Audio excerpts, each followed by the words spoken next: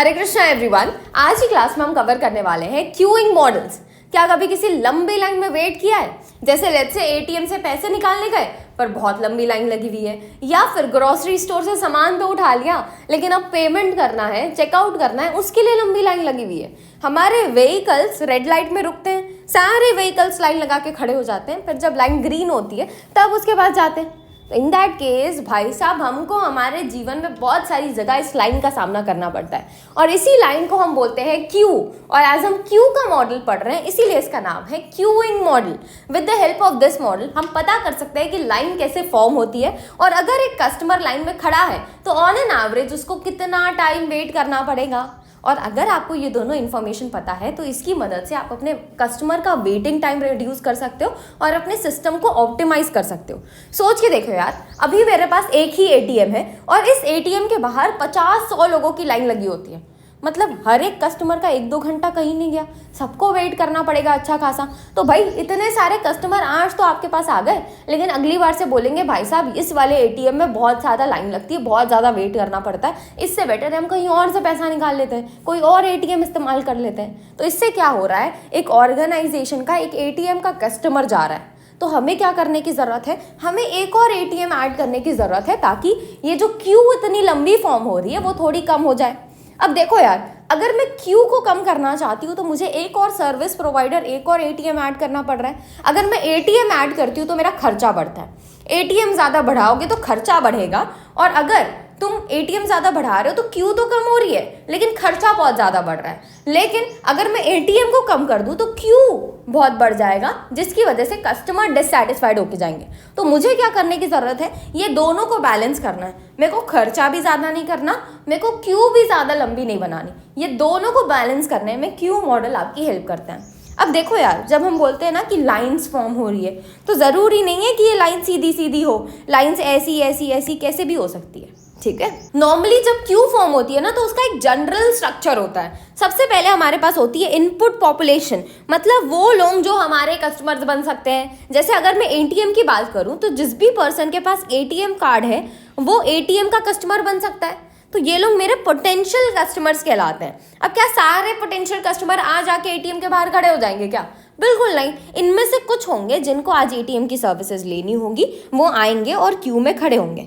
अब हमारा कस्टमर किस तरीके से आ रहा है उसको हम बोलते हैं अराइवल प्रोसेस। अराइवल प्रोसेस को हम 3 कैटेगरी में देखते हैं। सबसे पहला आता है according to sources. According to sources हमारे पास फाइनाइट सोर्स से कस्टमर आ सकता है या फिर इनफिनाइट सोर्स से कस्टमर आ सकता है। जैसे अगर मैं एटीएम की बात करूँ तो एटीएम के लिए जिस भी पर्सन के पास एटीएम कार्ड है वो सारे इसके कस्टमर बन सकते हैं, भले वो यहाँ रहते हो नहीं रहते हो, कभी आए हो हमारे यहाँ घूमने, पर अगर कोई भी एटीएम है तो उसके लिए वो सारे लोग जिनके पास एटीएम कार्ड है वो सब कस्टमर बन सकते हैं। इन दैट केस यहाँ पे जो अराइवल हो रहा है वो इन्फिनाइट सोर्स से आ रहा है, कहीं से भी किसी भी टाइप का कस्टमर आ सकता है जिसके पास एटीएम कार्ड है। तो यहाँ पे सोर्स किस टाइप का है, इन्फिनाइट टाइप का है। वहीं अगर मैं एक ऑर्गेनाइजेशन के अंदर मेंटेनेंस डिपार्टमेंट की बात करूँ, ये भी सर्विसेज प्रोवाइड कर रहे हैं, इनके पास कौन आएगा बताओ? हमारे ऑर्गेनाइजेशन की मशीन्स आएंगी। हमारे ऑर्गेनाइजेशन में 30 मशीन्स ही हैं, तो इन्हीं में से कोई एक उठ के जाएगा ना मेंटेनेंस डिपार्टमेंट के पास। तो यहाँ पे जो सोर्स है वो किस टाइप का है, फाइनाइट सोर्स है, क्योंकि मैं यहाँ पे गिन सकती हूँ कि मेरे पास 30 ही मशीन्स है, इन्हीं में से कोई आएगा उठ के और मेंटेनेंस डिपार्टमेंट की सर्विस लेगा। डन। अकॉर्डिंग टू नंबर्स हमारे पास कस्टमर इंडिविजुअली आ सकते हैं या फिर ग्रुप में आ सकते हैं। जब कस्टमर इंडिविजुअल आ रहा है, जैसे लेट्स से मेरे को मूवी देखना था, मैं अकेले चले गई, और या फिर ग्रुप में आ रहा है, जैसे मैं अपनी फैमिली फ्रेंड्स के साथ चले गई, तो मेरा क्या कहलाएगा, ग्रुप अराइवल कहलाएगा। जब आप इंडिविजुअल जाते हो तो वो इंडिविजुअल अराइवल कहलाता है। नेक्स्ट, अकॉर्डिंग टू लाइन हमारे पास कस्टमर रेगुलर और इरेगुलर टाइप के हो सकते हैं। अब इसको रेगुलर और इरेगुलर बोलने से ज़्यादा बेटर होगा कि हम बोलें जहाँ पे नोन अराइवल टाइम है और जहाँ पे रैंडम अराइवल टाइम है, ठीक है। अकॉर्डिंग टू लाइन हमारे पास नोन अराइवल टाइम और रैंडम अराइवल टाइम हो सकता है। नोन अराइवल टाइम मतलब हमको पहले से पता है कि हमारा कौन सा कस्टमर कितने बजे आएगा, तो इस केस में हम नोन अराइवल टाइम के अंदर आएंगे। वहीं अगर आपको नहीं पता, आपका कस्टमर कभी भी आ जाता है, तो उस केस में रैंडम अराइवल टाइम फॉलो हो रहा है, हम ये मान के चलेंगे। नोन अराइवल टाइम को हम डिटर्मिनिस्टिक मॉडल के अंदर रखते हैं कि हमको पहले से पता है कि हमारे कस्टमर का अराइवल टाइम क्या होगा। रैंडम अराइवल टाइम को हम स्टोकेस्टिक मॉडल बोलते हैं। क्योंकि यहाँ पे हमको नहीं पता कि कब हमारा कस्टमर आएगा। ठीक है, चलो हमने देख लिया अराइवल प्रोसेस। सबसे पहले इनपुट पॉपुलेशन डिस्कस किया, फिर अराइवल प्रोसेस देखा। अब क्यू फॉर्म हो रहा है। क्यू फॉर्म हो रहा है मतलब लाइन फॉर्म हो रही है। इस लाइन का भी स्ट्रक्चर होता है। ये लाइन के 4 डिफरेंट टाइप्स के स्ट्रक्चर हो सकते हैं। ठीक है, सबसे पहला होता है फर्स्ट इन फर्स्ट आउट, मतलब जो पहले आएगा उसको पहले सर्विसेज मिलेगी। नेक्स्ट होता है लास्ट इन फर्स्ट आउट, मतलब जो लास्ट में आएगा उसको पहले सर्विसेज मिलेगी। Next is services in random order. यहाँ पे हमारे ऑर्गेनाइजेशन में लेट्स से 10 कस्टमर्स आके खड़े हुए हैं, है ना। अब इनमें से किसी को भी जिसका मन कर रहा है सर्विस प्रोवाइडर का, वो इनमें से किसी को भी उठाएगा और उसको सर्विसेज दे देगा। तो यहाँ पे क्या हो रहा है, सर्विसेज रैंडम ऑर्डर में दी जा रही है। नेक्स्ट प्रियोरिटी सर्विसेज, जैसे हॉस्पिटल की अगर हम बात करें तो अगर कोई इमरजेंसी केस आता है, सर्जरी वाला केस आता है या इमरजेंसी केस आता है, तो उस केस में वो उसको प्रियोरिटाइज करते हैं। तो वहाँ पे क्या होता है, प्रियोरिटी सर्विस फॉलो किया जाता है।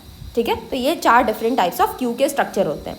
नेक्स्ट हमारे पास आता है सर्विस सिस्टम, सर्विस का मैकेनिज्म। तो जो भी लोग क्यू में खड़े हैं वो एट लास्ट जाके सर्विसेज लेंगे। सर्विसेज किससे लेंगे, हमारे सर्विस के सिस्टम से लेंगे। सर्विस का सिस्टम हमारा क्या है, एटीएम है इस केस में। सर्विस मैकेनिज्म मतलब क्या होता है, किस तरीके से एटीएम इनको सर्विसेज दे रहा है। एटीएम पैसे निकालने की सर्विसेज दे सकता है, बैलेंस चेक करने की सर्विसेज दे सकता है, पिन बनाने की सर्विसेज दे सकता है। तो ये सारी चीज़ें क्या है, ये सारी चीज़ें इसकी सर्विस मैकेनिज्म है कि किस तरीके से ये अपने कस्टमर्स को सर्विसेज दे रहा है। सर्विस सिस्टम क्या होता है, वो सिस्टम जो सर्विस प्रोवाइड कर रहा है। यहाँ पे एटीएम सर्विस प्रोवाइड कर रहा है तो एटीएम हमारा सर्विस सिस्टम हो जाएगा। अब इस सर्विस सिस्टम को भी हम 2 एस्पेक्ट से देख सकते हैं। पहले सर्विस सिस्टम का स्ट्रक्चर कैसा है, दूसरा सर्विस सिस्टम की स्पीड कैसी है। सबसे पहले बात करते हैं स्ट्रक्चर की। क्यू स्ट्रक्चर हमने डिस्कस कर लिया। अब सर्विस सिस्टम का स्ट्रक्चर देख रहे हैं। 4 डिफरेंट टाइप्स का हो सकता है। पहला होता है सिंगल सर्विस फैसिलिटी, जहाँ पे हमारे पास एक ही क्यू है, एक ही सर्विस फैसिलिटी है। तो मतलब सर्विस फैसिलिटी मतलब जैसे हमारे केस में वो सर्विस सिस्टम था ना, उसी को हम सर्विस फैसिलिटी बोल रहे हैं। तो एटीएम हमारा क्या हो जाएगा, सर्विस फैसिलिटी हो जाएगा। अगर मेरे पास एक ही एटीएम है और एक ही लाइन बन रही है तो उस केस में इसको सिंगल सर्विस फैसिलिटी बोला जाता है। नेक्स्ट सिचुएशन हम देख रहे हैं multiple parallel facility with single Q. यहाँ पे फैसिलिटीज़ तो मल्टीपल हैं लेकिन क्यू यहाँ पे एक ही बन रहा है, और ये जो फैसिलिटीज़ मल्टीपल है वो पैरेलल है। पैरेलल का मतलब यहाँ पे होता है कि जो ये फैसिलिटीज़ है ना 3 अलग अलग, ये तीनों फैसिलिटीज़ एक ही टाइप की सर्विसेज प्रोवाइड कर रही हैं। जैसे लेट्स से हमारा ये हॉस्पिटल है, हॉस्पिटल के अंदर यहाँ पे बुकिंग की जाती है। तो कस्टमर की एक लाइन बनती है, ये लोग आते हैं, बुकिंग कराते हैं, और उसके बाद हमारे पास 3 डॉक्टर्स हैं। ये तीनों डॉक्टर्स जनरल चेकअप कर रहे हैं। इन दैट केस वो बुकिंग कराने के बाद कस्टमर ने बुकिंग करा दी, अब वो आगे आएंगे, देखेंगे कौन सा वाला डॉक्टर खाली है, जो भी डॉक्टर खाली होगा वो उसके पास जाके जनरल चेकअप करा सकते हैं। इन दैट केस जो सर्विसेज प्रोवाइड की जा रही है तीनों डॉक्टर के द्वारा वो सेम है, जनरल चेकअप वाली प्रोवाइड की जा रही है ना। और यहाँ पे जो क्यू फॉर्म हो रहा है वो एक ही है। तो इस केस में मल्टीपल पैरेलल फैसिलिटी तो है लेकिन क्यू जो है वो सिर्फ एक ही है। ठीक है, नेक्स्ट सिचुएशन आता है मल्टीपल पैरेलल फैसिलिटी के साथ मल्टीपल क्यू है। जैसे लेट्स से मूवी के टिकट्स आप बुक करने गए तो वहाँ पे टिकट काउंटर भी हमारे पास 3-4 होते हैं, और साथ साथ हर एक टिकट काउंटर की अलग अलग लाइन होती है। ये सारे टिकट काउंटर एक ही टाइप की सर्विसेज प्रोवाइड कर रहे हैं, सब मूवी के टिकट्स बुक करने में आपकी हेल्प करेंगे। तो ये क्या कहलाएगा, multiple parallel facility with multiple Q. Next होता है service facilities in a series, जहाँ पे सीरीज में सर्विसेज प्रोवाइड की जा रही है। जैसे लेट्स से कार असेंबली का हम एग्जाम्पल लें, है ना। तो कार असेंबली में सबसे पहले कार की बॉडी आती है, उसकी वेल्डिंग की जाती है, फिर उसमें पेंट किया जाता है, फिर इसमें अदर पार्ट्स ऐड किए जाते हैं, है ना। तो बॉडी जो है वो मेरा कस्टमर बन गया, कार का बॉडी हमारा कस्टमर है जो पहले लाइन में खड़े हुए, उन्होंने वेल्डिंग कराई, वेल्डिंग कराने के बाद वो दूसरी सर्विस के लिए लाइन में खड़े हुए, फिर उसके बाद उन्होंने पेंटिंग कराई, फिर उसके बाद फिर से लाइन बनाई और फिर बाकी सारी अदर पार्ट्स को ऐड करवाया।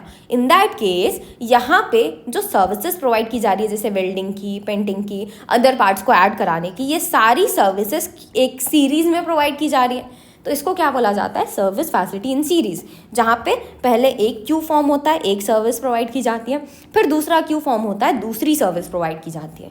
ठीक है, मूविंग फॉरवर्ड। तो 4 डिफरेंट टाइप्स क्या है? सिंगल सर्विस फैसिलिटी, दूसरा multiple parallel facility with single Q, next multiple parallel facility with multiple Q, and at last service facilities in a series. Next हमारे पास आता है speed of service. Speed of service को हम 2 अलग अलग तरीके से एक्सप्रेस कर सकते हैं। पहला होता है सर्विस टाइम, दूसरा होता है सर्विस रेट।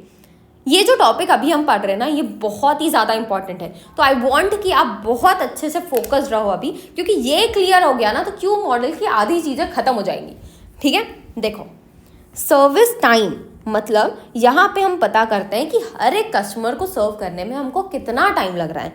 जैसे लेट्स से 6 मिनट में हम एक कस्टमर सर्व करते हैं, इन दैट केस हम बोल सकते हैं क्या कि 6 मिनट पर कस्टमर हमको टाइम लगता है, और यही मेरा सर्विस टाइम कहलाता है, क्योंकि मैंने टाइम को पर कस्टमर बेसिस में शो किया। मैंने पता किया कि हर एक कस्टमर को सर्व करने में मेरे को कितना टाइम लग रहा है, इसीलिए ये सर्विस टाइम कहलाता है। वहीं अगर मेरे को पता है कि 6 मिनट में मैं एक कस्टमर को सर्व करती हूँ, इन दैट केस हम पता कर सकते हैं क्या कि 1 घंटे में आप कितने कस्टमर सर्व कर रहे होगे। अगर 6 मिनट में एक कस्टमर सर्व कर रहे हैं, 1 घंटे में कितने मिनट होते हैं? 60 मिनट होते हैं, डिवाइडेड बाय एक कस्टमर को सर्व करने में कितना टाइम लगता है? 6 मिनट लगता है। तो मेरे पास आ रहा है 10 कस्टमर्स पर आवर। तो भाई मैं बोलूँ अगर 6 मिनट में एक कस्टमर सर्व कर रही हूँ, या मैं बोलूँ 10 कस्टमर्स को मैं 1 घंटे में सर्व कर रही हूँ, दोनों एक ही चीज़ें बोल रहे हैं, लेकिन बोलने का तरीका अलग है। यहाँ पे हमने टाइम पर कस्टमर बेसिस शो किया, यहाँ पे हम कस्टमर को पर टाइम बेसिस शो कर रहे हैं। और जब आप कस्टमर को पर टाइम बेसिस शो करते हो ना, तो इसको हम बोलते हैं सर्विस रेट। तो हमारे पास 2 चीज़ें हमको यहाँ पे मिल गई। पहला सर्विस टाइम जो कितना आ रहा है? 6 मिनट पर कस्टमर। वहीं सर्विस रेट कितना आ रहा है? 10 मिनट 10 कस्टमर्स पर आवर। ठीक है, सर्विस टाइम की मदद से हमने सर्विस रेट कैसे निकाला? हमने ये देख लिया कि कितने कस्टमर्स 1 घंटे में सर्व किए जाएंगे। तो 60 मिनट 1 घंटे में होते हैं, डिवाइड किया 6 मिनट से, तो हमको पता चल गया कि 10 कस्टमर्स पर आवर सर्व किए जा रहे हैं। ठीक है, अब जो हमारा सर्विस रेट होता है ना, इसको हम डिनोट करते हैं म्यू से, वहीं सर्विस टाइम को हम डिनोट करते हैं 1/μ से। ठीक, अब देखो मेरी 1/μ की वैल्यू क्या है? 6 मिनट पर कस्टमर। अब ये 6 मिनट को मेरे को आवर्स में कन्वर्ट करना है, तो मैं लिख सकती हूँ क्या? 6/60 आवर्स, क्योंकि अगर आपको मिनट को आवर्स में कन्वर्ट करना होता है तो 60 से डिवाइड करना होता है। तो 6/60 आवर्स पर कस्टमर हम बोल सकते हैं। ये मेरे 1/μ की वैल्यू हो गई। अब 6/60 को मैं 1/10 बोल सकती हूँ क्या? तो मुझे 1/μ की वैल्यू क्या मिल रही है? 1/10 आवर पर कस्टमर। अब इससे हम म्यू की वैल्यू निकाल सकते हैं, बिल्कुल निकाल सकते हैं। म्यू की वैल्यू कितनी हो जाएगी? Mu is equal to 10 customers per hour. ठीक है, तो आप 10 कस्टमर्स पर आवर मतलब सर्विस रेट इस तरीके से भी निकाल सकते हो, या फिर 1/μ की वैल्यू फाइंड आउट करके भी आप निकाल सकते हो। दोनों केसेस में जो हमारा आंसर आ रहा है 10 कस्टमर्स पर आवर, वो सेम है। ठीक है, मूविंग फॉरवर्ड, जिस तरीके से सर्विस का स्पीड होता है ना, वैसे ही अराइवल का भी स्पीड हो सकता है ना। अराइवल के स्पीड को भी हम 2 तरीके से एक्सप्रेस कर सकते हैं। पहला होगा अराइवल का टाइम, दूसरा होगा अराइवल का रेट। अराइवल का टाइम मतलब एक कस्टमर को अराइव होने में कितना टाइम लग रहा है। तो हर 10 मिनट में हमारे यहाँ एक कस्टमर आता है, तो 10 मिनट पर कस्टमर मेरा अराइवल का टाइम बन जाएगा। वहीं अराइवल का रेट क्या होगा? जब मैं इसको कस्टमर पर टाइम बेसिस में शो करूं, तो अगर 10 मिनट में एक कस्टमर आता है तो 1 घंटे में कितने कस्टमर्स आएंगे? 1 घंटे में होते हैं 60 मिनट, और एक कस्टमर आता है 10 मिनट में। इन दैट केस हमारे पास 6 कस्टमर्स पर आवर बेसिस में आएंगे, and this is my arrival का रेट। अराइवल के रेट को डिनोट किया जाता है लेमडा से, वहीं सर्विस का रेट हमने डिनोट किया है म्यू से। जो अराइवल का रेट होगा और सर्विस का रेट होगा, मतलब लेमडा और म्यू, इन दोनों की यूनिट सेम होनी चाहिए। यहाँ पे भी हमने पर आवर बेसिस में शो किया है, यहाँ पे भी जो अराइवल का रेट है वो पर आवर बेसिस में, दोनों की यूनिट सेम होनी चाहिए। साथ ही साथ अगर आप नोटिस करो तो अराइवल का रेट छोटा है एज कम्पेयर टू सर्विस का रेट, है ना। तो ये हमेशा ही ऐसा रहता है, अराइवल का रेट हमेशा छोटा होना चाहिए सर्विस के रेट से, तभी आपका क्यू सिस्टम एफिशिएंट कहलाएगा। क्यों? समझना यार, अगर मैं 1 घंटे में 10 कस्टमर्स को सर्व कर सकती हूँ, लेकिन मेरे पास लोग कितने आ रहे हैं? सिर्फ 6 कस्टमर्स आ रहे हैं, तो 6 कस्टमर्स हर एक घंटे में आते हैं ऑन एन एवरेज, और मैं 10 कस्टमर्स को हर एक घंटे में सर्व कर सकती हूँ। तो मतलब जितने भी लोग आएंगे सबको सर्विस मिल जाएगी, कोई भी खाली नहीं रहेगा। लेकिन अगर इसी की जगह आप उल्टा सोच के देखो, अगर अराइवल मेरा होता 10 कस्टमर्स पर आवर और सर्विस रेट मतलब म्यू मेरा होता 6 कस्टमर्स पर आवर, तो इसका मतलब क्या होता कि भाई एक घंटे में तुम सिर्फ 6 कस्टमर्स को सर्व कर सकते हो, लेकिन तुम्हारे पास आ कितने रहे, 10 कस्टमर्स पर आवर बेसिस में आ रहे हैं। तो सोच के देखो, एक घंटे में मैं सिर्फ 6 कस्टमर्स को सर्व कर पाऊंगी, बचे 4, हर एक घंटे में 4 कस्टमर्स बचते जाएंगे, और ये 4 कस्टमर्स जो बच रहे हैं एट द एंड, उनको कभी सर्विसेज मिलेंगी ही नहीं। तो भाई साहब मतलब मेरा क्यू तो हमेशा ही बना रहेगा, कभी भी मैं कस्टमर्स को पूरी तरीके से सेटिस्फाई कर ही नहीं पाऊंगी। कई सारे कस्टमर्स ऐसे बच जाएंगे जिनको सर्विसेज मिली ही नहीं। तो इस केस में मैं बहुत ही ज़्यादा इनएफिशिएंट सिस्टम में जा रही हूँ, जहाँ पे लोग क्यू में खड़े हो रहे हैं, उनको सर्विसेज नहीं मिल रही है ना। तो मेरा एफिशिएंट सिस्टम क्या होगा, जब लोग क्यू में खड़े हो रहे हैं और उनको सर्विसेज दी जा रही है, चाहे कितने भी कस्टमर्स हो सबको सर्विस मिल रही है। कब मिल पाएगी, जब आपका म्यू ज़्यादा होगा लेमडा से। लेकिन अगर आप सोच के देखो, मेरे पास हर एक घंटे में 6 कस्टमर्स आ रहे हैं और हर एक घंटे में मैं 10 कस्टमर्स को सर्व कर सकती हूँ, है ना, यही सही सिस्टम है। और अगर सोच के देखो तो 10 कस्टमर्स को मैं सर्व कर सकती हूँ, एक घंटे में 6 कस्टमर्स आ रहे हैं, तो फिर लाइन बनी क्यों रही है, क्यों बन रहा है। 10 कस्टमर्स को सर्व कर सकते हो, 6 लोग आ रहे हैं, सर्व कर दो भाई। देखो यार, जो हमारा लेमडा और म्यू है वो एवरेज रेट बताते हैं, ये एक्चुअल नहीं बता रहे कि हर एक घंटे में 6 ही कस्टमर्स आएंगे, हर एक घंटे में 10 ही कस्टमर को सर्व किया जाएगा। ये सिर्फ हमारा एवरेज है, एक्चुअल नहीं है। जिसकी वजह से क्या होता है, कई बार लोग ज़्यादा आ जाते हैं, मैं 10 लोगों को सर्व कर सकती हूँ लेकिन 20 लोग आ गए, तो मैं 10 को तो सर्व कर दूंगी एक घंटे में, बाकी बचे हुए 10 को लाइन लगाना पड़ेगा। इनको सर्विसेज तो मिल जाएगी लेकिन थोड़ा सा ज़्यादा टाइम लगेगा, ठीक है। तो एज लेमडा लेस देन होता है म्यू से, तो यहाँ पे सबको सर्विसेज दी जाती है, पर एज हमारा एवरेज रेट हम देखते हैं, तो जिसकी वजह से क्यू का फॉर्मेशन होता है, ठीक है। इसको हम इस तरीके से भी लिख सकते हैं कि lambda by mu less than 1 होना चाहिए। मैंने क्या किया, इस म्यू को उठाया और इधर लेके आ गई, और म्यू के सामने कुछ नहीं लिखा है तो 1 का मल्टीप्लिकेशन है, और मैं म्यू को अगर इधर लेके आ जाऊंगी तो मेरे पास एट लास्ट क्या बचेगा, lambda by mu is less than 1। तो इस तरीके से भी आप इसको प्रेजेंट कर सकते हो। डन। अब जो हमारा लेमडा बाय म्यू होता है ना, इसको हम आर से डिनोट करते हैं। आर का मतलब होता है average number of customer served at any time, ठीक है। So average number of customer served at any time कैसे निकलेगा, लेमडा बाय म्यू। मेरे पास कस्टमर्स आते हैं 6, मैं ऑन एन एवरेज 10 कस्टमर्स को सर्व कर सकती हूँ, ये मेरा म्यू है ना।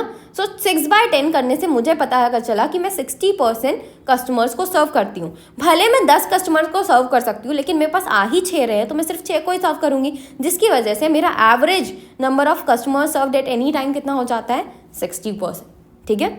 अब इसी की मदद से हम एक और चीज़ निकाल सकते हैं जिसको बोला जाता है सिस्टम का यूटिलाइजेशन। सिस्टम की यूटिलाइजेशन को हम डिनोट करते हैं रो के साइन से। रो कैसे बन रहा है, इस तरीके से, ठीक है। ये रो का साइन होता है, ग्रीक वर्ड है ये भी, ठीक। तो ये हो गया मेरा सिस्टम का यूटिलाइजेशन। सिस्टम का यूटिलाइजेशन कैसे निकलेगा, आप लोगे lambda by mu multiplied by M. M का मतलब होता है नंबर ऑफ सर्वर्स। हमने देखा ना कई बार मल्टीपल सर्वर्स हो सकते हैं, तो मल्टीपल सर्वर्स को यहाँ पे मल्टीप्लाई किया जाएगा। अगर आपके पास एक ही सर्वर है, इन दैट केस लेमडा की वैल्यू कितनी है हमारी, 6 customers per our, divided by mu की वैल्यू कितनी है, 10 customers per our, multiplied by number of servers. Number of server अगर मेरे पास एक है तो मैं 1 से मल्टीप्लाई कर दूंगी, तो मेरे पास यहाँ पे सिस्टम का यूटिलाइजेशन 60% आ जाएगा। वहीं अगर मेरे पास सर्वर ज़्यादा है, 2 सर्वर्स हैं, इन दैट केस मैं 2 से मल्टीप्लाई कर दूँ तो यहाँ पे वैल्यू कितनी आ रही है, 30% मेरा सिस्टम का यूटिलाइजेशन है। डन। तो हमने सिस्टम यूटिलाइजेशन भी समझ लिया, और ये एम क्या है, नंबर ऑफ सर्वर्स, ठीक। अगर मेरा सिस्टम का यूटिलाइजेशन इस तरीके से आ रहा है, तो क्या मैं आइडल टाइम पता कर सकती हूँ क्या। जैसे हमारे केस में लेमडा कितना है, 6 है, म्यू कितना है, 10 है, और हमारे पास नंबर ऑफ सर्वर सिर्फ एक ही है, तो 60% मेरा सिस्टम यूटिलाइज हो रहा है। तो 100% में से सिर्फ 60% अगर यूटिलाइज कर रही हूँ तो बचा हुआ मेरा क्या कहलाएगा, आइडल टाइम कहलाएगा। आइडल टाइम किस तरीके से निकलता है, हम 1 माइनस सिस्टम यूटिलाइजेशन करते हैं। तो अगर सिस्टम यूटिलाइजेशन मेरा 60% है तो 40% मेरा आइडल टाइम हो जाएगा। डन। मूविंग फॉरवर्ड, तो हमने हमारा सर्विस का सिस्टम के बारे में स्ट्रक्चर और स्पीड को डिस्कस कर लिया, है ना। और एट लास्ट जब सिस्टम ने सर्विसेज दे दी तो जो भी कस्टमर्स होंगे वो अपने अपने घर जाएंगे, है ना। तो सबसे पहले हमारे पास होता है इनपुट पॉपुलेशन, इनका एक अराइवल प्रोसेस होता है और क्यू फॉर्म होता है। क्यू जो फॉर्म हो रहा है उसका एक स्ट्रक्चर होगा, या तो फर्स्ट इन फर्स्ट आउट, या तो लास्ट इन फर्स्ट आउट, या तो सर्विसेज इन रैंडम ऑर्डर, या फिर प्रियोरिटी सर्विसेज। अब ये जो सर्विस ले रहा है हमारा कस्टमर, वो कहाँ से लेगा, सर्विस सिस्टम से लेगा। कैसे लेगा, सर्विस मैकेनिज्म के थ्रू लेगा। सर्विसेज लेने के बाद जो कस्टमर है वो सिस्टम को छोड़ के चला जाएगा। डन। मूविंग फॉरवर्ड, तो हमने बहुत सारी चीज़ें with the help of that particular example समझ लिया। अब हम आगे बढ़ रहे हैं टू बिहेवियर और एटीट्यूड ऑफ कस्टमर। हमारे पास जो कस्टमर्स होते हैं वो दो अलग अलग तरीके के हो सकते हैं। पहले वो जो पेशेंट कस्टमर है, दूसरे वो जो इम्पेशेंट कस्टमर है। पेशेंट कस्टमर मतलब वो लोग आते हैं, सर्विसेज लाइन में खड़े होते हैं, सर्विसेज लेते हैं और एट द एंड घर जाते हैं। वहीं इम्पेशेंट कस्टमर 3 अलग अलग कैटेगरी के हो सकते हैं। सबसे पहला होता है जॉकिंग। जैसे लेट्स से हमारी ऑर्गेनाइजेशन में 2 अलग अलग लाइन है। रामू आया, रामू इस लाइन में खड़ा हो गया, पर थोड़ी देर बाद वो देख रहा है कि भाई साहब ये वाली लाइन तो ज़्यादा जल्दी जल्दी मूव कर रही है, तो वो क्या करेगा, इस लाइन को छोड़ के इस लाइन में आके खड़े हो जाएगा। इन दैट केस इसको क्या बोला जाएगा, जॉकिंग बोला जाएगा। वहीं नेक्स्ट होता है बाल्किंग, जहाँ पे कस्टमर आता है, देखता है कि लाइन बहुत लंबी है, देखने के बाद वो बाहर से ही चला जाता है, मतलब वो लाइन में खड़ा ही नहीं हुआ। उसने बोला कि भाई साहब इतनी बड़ी लाइन है, मैं आज खड़े होऊंगा तो मेरे को आज तो सर्विसेज ही नहीं मिलने वाली, इससे बेटर है कि मैं कभी और दिन आ जाऊँ। तो बाल्किंग के केस में कस्टमर आता है लेकिन क्यू को ज्वाइन नहीं करता है कुछ रीजंस की वजह से, जैसे अगर लाइन लंबी है तो वो नहीं ज्वाइन कर रहा। नेक्स्ट होता है रेनिजिंग। रेनिजिंग वाले लोग लाइन में खड़े तो होते हैं पर उसके बाद बोलते हैं कि भाई साहब कितने देर हो गए, हम तो खड़े, हमको तो सर्विसेज मिल ही नहीं रही है। वो गुस्सा खा के चले जाते हैं कि भाई हमको तो सर्विसेज आज नहीं मिलने वाली, बहुत टाइम लग रहा है। तो वो क्या किए, लाइन में खड़े हुए लेकिन बाद में छोड़ के चले गए। Customer stand in the queue for some time and then leave the system because it's working too slowly. Done. तो इम्पेशेंट कस्टमर 3 अलग अलग कैटेगरी के हो सकते हैं। हम ना हमारे क्यू मॉडल के अंदर 3 मेजर एजम्पशन लेके चलते हैं, जिसके अंदर एक एजम्पशन होता है कि भाई हमारा कस्टमर इम्पेशेंट कैटेगरी वाला नहीं होगा, हमारा कस्टमर पेशेंट कैटेगरी का जो आएगा, लाइन में खड़ा होगा, सर्विसेज लेगा और एट द एंड घर जाएगा। ठीक है। हम इसके साथ साथ ये भी एजम्पशन लेके चलते हैं कि जो हमारी स्टोरेज कैपेसिटी है वो इन्फिनाइट है। हमारे पास जो कस्टमर्स आ रहे हैं वो इन्फिनाइट सोर्सेज से आ रहे हैं, साथ ही साथ जितने भी कस्टमर्स हमारी ऑर्गेनाइजेशन में आएंगे हम उन सब को सर्व कर सकते हैं, हम ये मान के चलते हैं। नेक्स्ट, हम जो सर्विसेज प्रोवाइड कर रहे हैं वो first come first serve basis में होगा। तो क्यू का स्ट्रक्चर किस टाइप का है, फर्स्ट कम फर्स्ट सर्व वाला। ठीक है। Next is characteristics of waiting line. Waiting line में सबसे पहले आता है पॉपुलेशन सोर्स। पॉपुलेशन सोर्स कैसा हो सकता है बताओ, फिनाइट हो सकता है या फिर इनफिनाइट हो सकता है। नेक्स्ट, नंबर ऑफ सर्वर्स और चैनल्स। तो हमने 4 डिफरेंट टाइप्स ऑफ सर्वर्स और चैनल डिस्कस किए हैं। पहला क्या होता है, single service facility. Next, multiple parallel facility with single Q. Next, multiple parallel facilities with multiple Q, या फिर service facilities in a series. इसको आप सर्विस का स्ट्रक्चर भी बोल सकते हो या फिर इसको आप नंबर ऑफ सर्वर्स और चैनल्स के अंदर भी डाल सकते हो। Done. Next, arrival and service का पैटर्न क्या है। तो इसके अंदर हमने अराइवल का रेट, अराइवल का टाइम पहले ही डिस्कस कर लिया, सर्विस रेट, सर्विस टाइम भी हमने पहले ही देख लिया। नेक्स्ट आता है क्यू डिसिप्लिन। क्यू डिसिप्लिन को ही हम क्यू स्ट्रक्चर बोलते हैं। क्यू स्ट्रक्चर 4 डिफरेंट टाइप्स का हो सकता है, बताओ कौन कौन सा। First in first out, last in first out, services in random order या फिर प्रियोरिटी सर्विस। इसमें कौन सा हम प्रेफर करेंगे, हम first in first out prefer करेंगे। नेक्स्ट हमारे पास आता है कैरेक्टरिस्टिक्स ऑफ क्यू सिस्टम, जिसको हम यहाँ पे इन डिटेल डिस्कस करेंगे। सबसे पहले बात करते हैं क्यू के लेंथ की। क्यू का लेंथ मतलब होता है average number of customers in Q, कि क्यू के अंदर कितने एवरेज नंबर ऑफ कस्टमर्स खड़े हैं। इसको हम डिनोट करते हैं एज लेंथ है क्यू की, तो एल क्यू से डिनोट किया जा रहा है इसको। ठीक है। एल क्यू मतलब क्या होगा, एवरेज नंबर ऑफ कस्टमर्स जो क्यू में खड़े हैं। नेक्स्ट आता है सिस्टम का लेंथ। सिस्टम का लेंथ मतलब होता है average number of customer in the system.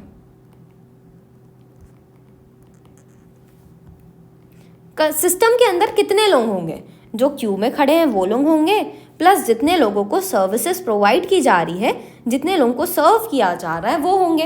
अब क्यू में कितने नंबर ऑफ लोग खड़े हैं, एल क्यू से हम डिनोट कर रहे हैं, तो एल क्यू प्लस कितने लोग सर्व किए जा रहे हैं, तो average number of customer served at any time हमने पहले ही निकाल दिया है। किससे डिनोट करते हैं बताओ, आर से। तो एल क्यू प्लस आर मेरे सिस्टम की लेंथ होगी। सिस्टम की लेंथ को हम किससे डिनोट करते हैं पता है, एल और एस से। तो एल एस कितना हो रहा है, एल क्यू प्लस आर की वैल्यू से मैं एल एस निकाल सकती हूँ, ठीक है। नेक्स्ट आता है waiting time in the queue. Waiting time in queue मतलब average time a customer waits in queue. तो ऑन एन एवरेज एक कस्टमर को क्यू में कितना वेट करना पड़ता है, ये हम निकालते हैं वेटिंग टाइम इन क्यू के अंदर। एज वेटिंग टाइम हम देख रहे हैं तो यहाँ पे हम W से डिनोट करते हैं। किसका वेटिंग टाइम देख रहे हैं, क्यू का देख रहे हैं, तो Q से डिनोट करते हैं। WQ हमारा वेटिंग टाइम ऑफ क्यू बनता है। नेक्स्ट हमारे पास आता है total time in the system. System के अंदर टोटल टाइम कितना लगेगा बताओ, जितना टाइम हमको क्यू में लग रहा है प्लस जितना टाइम हमको सर्विस लेने में लग रहा है, ठीक है। कितना टाइम क्यू में लगता है, इसको हम किससे डिनोट करते हैं, WQ से डिनोट करते हैं, प्लस सर्विस टाइम को हम किससे डिनोट करते हैं बताओ, 1/μ से डिनोट करते हैं। In that case total time in the system कितना बन रहा है, WQ that is waiting time in Q plus कितना टाइम हमको सर्विस में लग रहा है दैट इज 1/μ।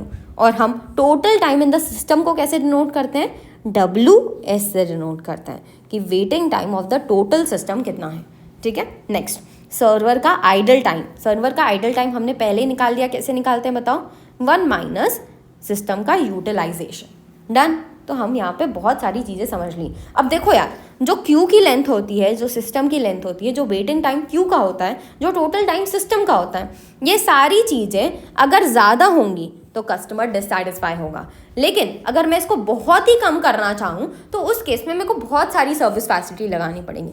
तो मेरे को दोनों को बैलेंस करना है कि मेरे को ज़्यादा सर्विस फैसिलिटी भी नहीं लगानी पड़नी चाहिए, ना ही मेरा कस्टमर ज़्यादा डिससैटिस्फाई होना चाहिए। ये दोनों के बीच में बैलेंस मेंटेन होगा तभी ऑर्गेनाइजेशन बढ़िया से चल पाएगी। डन। मूविंग फॉरवर्ड, नेक्स्ट हमारे पास आता है measures of waiting line performance. हमारी वेटिंग लाइन कैसा परफॉर्म कर रही है वो हमको इन सारी चीज़ों से पता चलता है। सबसे पहले हम देखते हैं कि हमारा LQ और LS कितना है, ठीक है। फिर हम देखते हैं हमारा WQ और WS कितना है। फिर हम देखते हैं हमारा सिस्टम का यूटिलाइजेशन कितना है। तो LQ LS मतलब average number of customers waiting in line or in system. Next WQ WS मतलब average time customer wait either in line or in system. देखो यार, जब भी टाइम आएगा तो तुम W से डिनोट करोगे, जब भी नंबर की बात आएगी तो तुम लेंथ L से डिनोट करोगे। डन। सिस्टम का यूटिलाइजेशन को हम रो से डिनोट करते हैं। तो ये 3 मेजर चीज़ें हमें निकालनी होती हैं। नेक्स्ट हम देखते हैं implied cost of a given level of capacity and it's related waiting line. कितनी हमारी वेटिंग लाइन बन रही है और कितना मेरा खर्चा लग रहा है कैपेसिटी में। मुझे ज़्यादा खर्चा भी नहीं करना, मुझे ज़्यादा वेटिंग लाइन भी नहीं रखनी, मेरे को इन दोनों के बीच में बैलेंस मेंटेन करके चलना पड़ेगा। And last probability that an arrival will have to wait for a service. अगर कोई आएगा तो उसको सर्विस के लिए वेट करना पड़ेगा, उसकी प्रोबेबिलिटी। तो ये 5 मेजर चीज़ें हम देखते हैं जब भी वेटिंग लाइन की परफॉर्मेंस मेजर की जाती है, ठीक। Next Q model infinite source. Infinite source के अंदर ही हम क्यू मॉडल को डिस्कस करने वाले हैं। हम फाइनाइट सोर्स वाला नहीं डिस्कस करेंगे। हमारा फोकस होगा कि इन्फिनाइट सोर्स से अगर हमारे पास कस्टमर्स आ रहे हैं तो उसके अंदर कैसे क्यू मॉडल बनेगा। 4 मेजर तरीके से क्यू मॉडल बन सकता है यहाँ पे। पहला होता है single server exponential service time. Single server मतलब हमारे पास जो सर्विस फैसिलिटी है वो एक ही है ना, लेकिन सर्विस का जो टाइम है वो एक्सपोनेंशियल है। एक्सपोनेंशियल मतलब रैंडम है, ठीक है। तो मतलब मेरा जो सर्विस देने में टाइम लग रहा है वो कभी ज़्यादा कभी कम लगता है। कभी 10 मिनट लगता है, कभी 2 मिनट लगता है, कभी 5 मिनट लगता है, कभी 6 मिनट लगता है, कभी भी कितना भी टाइम लग सकता है। तो रैंडम है पूरा, इसीलिए सिंगल सर्वर और एक्सपोनेंशियल सर्विस टाइम यहाँ पे डिस्कस किया जाएगा। नेक्स्ट है single server constant service time, जहाँ पे सर्वर तो एक ही है लेकिन जो आपका सर्विस का टाइम है वो कंस्टेंट है। कि लेट्स से हमको सिर्फ 5 ही मिनट लगता है, चाहे कोई भी कस्टमर आए, किसी भी टाइप का कस्टमर आए, हम 5 मिनट के अंदर उसको सर्विस दे पाएंगे। So this is my constant service time, ठीक है। Next multiple server exponential service time. तो अब मेरे पास एक से ज़्यादा सर्वर है और सर्विस का टाइम जो है वो रैंडम है। नेक्स्ट मल्टीपल प्रियोरिटी सर्विस, यहाँ पे जो सर्विस दी जा रही है वो किस तरीके से दी जा रही है, प्रियोरिटी वाइज दी जा रही है और हमारे पास सर्विस की फैसिलिटी बहुत सारी है। एंड एक्सपोनेंशियल सर्विस टाइम है, एक्सपोनेंशियल सर्विस टाइम मतलब रैंडम सर्विस टाइम है। डन। तो हमारा ना भले ये 4 different type of infinite source के क्यू मॉडल होते हैं, लेकिन हमारा फोकस होगा फर्स्ट और सेकंड के ऊपर। हमको सिर्फ इतना ही पढ़ना है, हमको सिर्फ बेसिक्स जानना है अबाउट क्यू, ठीक है। Single server exponential service time के ऊपर हम मेन फोकस रखेंगे। Single server constant service time के ऊपर हमारे पास सिर्फ एक ही क्वेश्चन है, ठीक है। चलो मूविंग फॉरवर्ड, हमने इनसे रिलेटेड सारी चीज़ें समझ ली, अब सबको हमको भरना है, ठीक है। इनपुट पॉपुलेशन का अराइवल हो रहा है, अराइवल का मेरे को 10 मिनट पर कस्टमर बताया गया है, अराइवल 10 मिनट पर कस्टमर में हो रहा है। इन दैट केस 10 मिनट पर customer is what, this is my arrival का टाइम। इससे मैं अराइवल का रेट पता कर सकती हूँ क्या, अगर 10 मिनट में मैं एक कस्टमर मेरे यहाँ अराइव करता है, इसका मतलब 6 कस्टमर्स पर आवर आते हैं and this is my arrival का रेट। अराइवल के रेट को हम कैसे डिनोट करते हैं, लेमडा से डिनोट करते हैं। नेक्स्ट मुझे दिया हुआ है सर्विस सिस्टम। सर्विस सिस्टम का टाइम है 6 मिनट में एक कस्टमर, तो 6 मिनट्स पर कस्टमर, ये मेरा क्या बन जाएगा, सर्विस का टाइम। वहीं अगर इसकी मदद से मेरे को सर्विस रेट पता करना है तो 6 मिनट में अगर मैं एक कस्टमर को सर्व कर रही हूँ तो 60 मिनट्स में कितने सर्व करूँगी, 10 कस्टमर्स पर आवर, ठीक है। 10 कस्टमर पर आवर इज माय सर्विस का रेट। किससे डिनोट किया जाता है, म्यू से। और सर्विस के टाइम को हम कैसे डिनोट करते हैं, 1/म्यू से। नेक्स्ट हमारे पास आता है average number of customer served. किससे डिनोट किया जाता है, आर से। कैसे कैलकुलेट किया जाता है, लेमडा अपॉन म्यू, ठीक। नेक्स्ट क्यू का वेटिंग टाइम, क्यू का वेटिंग टाइम है तो डब्ल्यू क्यू से डिनोट करेंगे एज टाइम है। क्यू का लेंथ कैसे डिनोट करते हो, एल क्यू से डिनोट करते हैं। Average time customer spend in the system, system में कितना टाइम स्पेंड कर रहा है कस्टमर, टाइम है तो डब्ल्यू से डिनोट करेंगे और सिस्टम है तो एस से डिनोट करेंगे। Average number of customers in the system, number है तो एल से डिनोट करोगे, सिस्टम है तो एस से डिनोट करोगे, ठीक है। तो ये सारे के सारे टर्म्स हमने पहले ही समझ लिए, जिसको हमने यहाँ पे प्रेजेंट कर लिया, ठीक। सो हमने with the help of this बहुत सारी चीज़ें क्लियर कर ली। साथ ही साथ हमने पहले ही पता कर लिया था कि अगर एल एस निकालना है तो एल क्यू प्लस आर करना पड़ेगा, वहीं अगर डब्ल्यू एस निकालना है तो डब्ल्यू क्यू प्लस 1/म्यू करना पड़ेगा, है ना। सो यही चीज़ हम यहाँ पे लिखने वाले हैं बस।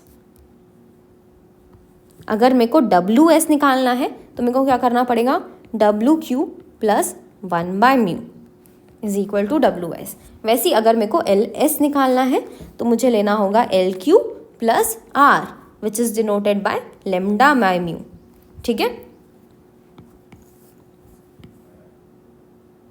ना। यहाँ पे जो हम चीज़ें शो कर रहे हैं वो किससे रिलेटेड हैं, क्यू से रिलेटेड है। वहीं यहाँ पे हम जो शो कर रहे हैं वो क्या है, एट लास्ट ये सर्विस का टाइम है, ये है average number of customer served in the system, है ना। तो ये दोनों सर्विस शो कर रहे हैं एट द एंड, एक मेरे को सर्विस का टाइम शो कर रहा है, एक सर्विस का नंबर शो कर रहा है। नेक्स्ट लास्ट में हम जो शो कर रहे हैं डब्ल्यू एस एल एस, वो क्या शो करते हैं, सिस्टम को। तो एट लास्ट क्यू में अगर मैं सर्विस को प्लस कर दूँ तो सिस्टम आ जाता है। एज स्टार्टिंग में हम waiting time of Q show कर रहे हैं, इसलिए हमने सर्विस का टाइम प्लस किया है तो हमारे पास आ जाता है वेटिंग टाइम ऑफ सिस्टम। वहीं नेक्स्ट में हम number of customers in Q show कर रहे हैं, इसलिए नंबर ऑफ कस्टमर सर्व्ड हमने लिया और इन दोनों को प्लस करने से हमारे पास आ जाता है number of customers in the system. Done. अब देखो यार, इन सब का ना फॉर्मूला होता है। अगर मेरे को डब्ल्यू क्यू पता चल जाए तो मैं डब्ल्यू एस आसानी से निकल पाऊंगी, वैसे ही मेरे को एल क्यू अगर पता चल जाए तो मैं एल एस आसानी से निकाल पाऊंगी, है ना। अब अगर आप एक और चीज़ नोटिस करो तो यहाँ से अगर मेरे को यहाँ जाना पड़ेगा, यहाँ क्या है, 1/म्यू है, यहाँ क्या है, लेमडा बाय म्यू है। तो अगर आप देखो तो यहाँ से अगर यहाँ जाना है तो क्या मल्टीप्लाई हुआ, लेमडा मल्टीप्लाई हुआ। पहले 1/म्यू था, अब लेमडा बाय म्यू है। तो मैं अगर 1/म्यू में लेमडा मल्टीप्लाई कर दूँ तो ये लेमडा बाय म्यू बन जाएगा। इन दैट केस अगर आपको यहाँ से यहाँ जाना है तो लेमडा मल्टीप्लाई करना पड़ेगा, यहाँ से यहाँ जाना है तो लेमडा मल्टीप्लाई करना पड़ेगा। सिमिलर वे में यहाँ से यहाँ जाना है तो लेमडा मल्टीप्लाई करना पड़ेगा। इन दैट केस अगर मेरे को सिर्फ डब्ल्यू क्यू पता है तो डब्ल्यू क्यू से मैं डब्ल्यू एस निकाल सकती हूँ, डब्ल्यू क्यू से मैं एल क्यू निकाल सकती हूँ, एल क्यू से मैं एल एस निकाल सकती हूँ। तो सिर्फ एक फॉर्मूला अगर आपको पता है तो आप सारी वैल्यूज निकाल पाओगे with the help of this table. ठीक है, सबसे पहले देखते हैं कि डब्ल्यू क्यू का फॉर्मूला क्या होता है। W Q is equal to lambda upon mu, mu minus lambda, है ना। और इसमें अगर हम 1/μ को प्लस कर दें तो एट लास्ट हमारे पास डब्ल्यू एस आ जाएगा, है ना। सो फॉर्मूला अगर मैं निकालना चाहूँ डब्ल्यू एस का तो मैं क्या करूँगी, lambda upon mu, mu minus lambda में 1/μ प्लस कर दूँगी, है ना। और अगर मैं नीचे कॉमन लेना चाहूँ तो यहाँ पे म्यू, म्यू माइनस लेमडा है लेकिन यहाँ पे सिर्फ म्यू है तो मुझे क्या करना पड़ेगा, यहाँ पे म्यू माइनस लेमडा प्लस कर मल्टीप्लाई करना पड़ेगा। और अगर यहाँ पे मल्टीप्लाई कर रही हूँ तो ऊपर भी करना पड़ेगा। ठीक, तो इससे मेरा नीचे अब कॉमन हो गया है तो मैं नीचे का सेम लिख सकती हूँ, mu into mu minus lambda, और ऊपर की चीज़ों को यहाँ पे टोटल करके लिख सकते हैं, lambda plus 1 into mu minus lambda, है ना। अब मैं अगर इस ब्रैकेट को खोल लूँ तो 1 into mu and 1 into lambda करोगे तो म्यू और लेमडा ही बचेगा, तो lambda plus mu minus lambda upon mu into mu minus lambda. ये लेमडा कट गया। एट लास्ट हमारे पास क्या बचा, mu upon mu into mu minus lambda. ये दोनों कट जाएंगे। एट द एंड हमारा फॉर्मूला क्या हो गया, 1 upon mu minus lambda. Now this is the formula for W S, 1 upon mu minus lambda. ठीक, अब देखो जहाँ पे तुमको दिया होगा ना डब्ल्यू क्यू दिया होगा वहाँ पे मैं 1 अपॉन म्यू करके डायरेक्टली डब्ल्यू एस निकाल सकती हूँ। मेरे को ये वाला फॉर्मूला अलग से लगाने की ज़रूरत नहीं है ना। अगर डब्ल्यू क्यू दिया हुआ है तो मैं उसमें 1 अपॉन म्यू करूँगी और डायरेक्टली डब्ल्यू एस निकाल लूँगी बिना यूज़ ऑफ डब्ल्यू एस का फॉर्मूला। ठीक है, चलो नेक्स्ट मुझे निकालना है एल क्यू। एल क्यू निकालने के लिए क्या करना पड़ेगा, डब्ल्यू क्यू में मल्टीप्लाई करना पड़ेगा लेमडा, है ना। सो डब्ल्यू क्यू की वैल्यू क्या है, lambda upon mu, mu minus lambda. इसमें अगर मैं मल्टीप्लाई कर दूं लेमडा तो क्या बन जाएगा मेरा formula, lambda square upon mu, mu minus lambda. ठीक है, अब इसमें अगर हम प्लस कर दें लेमडा अपॉन म्यू तो मेरे पास क्या वैल्यू आ जाएगी, एल एस की वैल्यू आ जाएगी, है ना। एल एस की वैल्यू मैं एल क्यू में प्लस लेमडा अपॉन म्यू करके भी कर सकती हूँ, या फिर मैं 1 अपॉन म्यू माइनस लेमडा में मल्टीप्लाई करके लेमडा भी निकाल सकती हूँ। ये वाला तरीका ज़्यादा आसान है ना, ये वाला तरीका ज़्यादा आसान है तो यही कर लेते हैं हम। 1 अपॉन म्यू माइनस लेमडा में मल्टीप्लाई करने वाले लेमडा, तो एल एस का फॉर्मूला क्या बन जाएगा, lambda upon mu minus lambda. Done. तो हमने चारों फॉर्मूले निकाल लिए और सिर्फ वो चारों फॉर्मूले को मैं यहाँ पे शो कर रही हूँ ताकि हमको क्लैरिटी आए।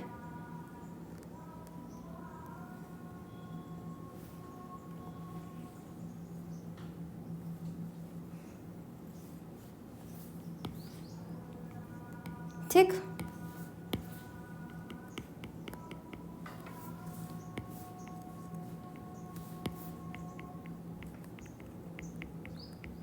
तो ये हमारे 4 फॉर्मूले होते हैं जो हम यहाँ पे इस्तेमाल करने वाले हैं। डन।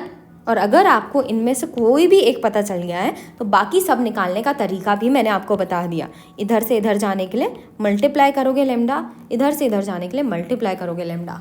डन। अब हमने मोस्ट ऑफ द चीज़ें रिलेटेड टू क्यू मॉडल सीख लिया है। अब क्या क्या चीज़ें हमने पढ़ा उसको देख लो। पहले हमने लेमडा देखा क्या होता है, कस्टमर का अराइवल रेट। म्यू क्या होता है, सर्विस रेट। ये जो सर्विस रेट हम शो करते हैं वो पर सर्वर होता है, इसीलिए जब हम सिस्टम यूटिलाइजेशन निकाल रहे होते हैं ना तो lambda upon mu into multiply करते हैं हम सर्वर कि कितने नंबर ऑफ सर्वर हैं multiplied by service rate per server. ठीक है, नेक्स्ट एल क्यू क्या होता है, average number of customer waiting for service. L S is average number of customers in the system, as number है इसलिए हमने L से डिनोट किया है। वेटिंग है कि सर्विस के लिए कौन वेट कर रहा है, इसलिए हमने क्यू को लिखा है क्योंकि क्यू में ही ऑफ कोर्स वेट करेगा कोई सर्विस के लिए। Next average number of customers in the system, हम एल एस से डिनोट करते हैं। आर क्या होता है, average number of customers being served. And rho क्या होता है, सिस्टम यूटिलाइजेशन। WQ से हम average time of customers waiting in line show करते हैं। WS से हम average time customer spends in the system show करते हैं। इसमें वेटिंग इन लाइन और सर्विस का टाइम दोनों इंक्लूडेड होता है। 1/μ से आप सर्विस टाइम शो करते हो। एंड नेक्स्ट हमारे पास आता है M, जो शो करता है नंबर ऑफ सर्वर्स और चैनल। इसके बाद आता है P0, इससे हम डिनोट करते हैं probability of 0 units in system, कि क्या प्रोबेबिलिटी कि हमारे यहाँ 0 यूनिट्स हैं सिस्टम के अंदर। नेक्स्ट Pn हमको शो करता है probability of n units in the system. And Lmax show करता है maximum expected number in waiting line. Maximum expected number in waiting line हमको अभी नहीं निकालना, हमको P0 Pn निकालने कभी कभी दे सकता है। वो कैसे निकलेगा हम यहाँ पे देख रहे हैं। Probability of 0 units in the system कैसे पता करोगे, P0 is equal to 1 minus lambda upon mu.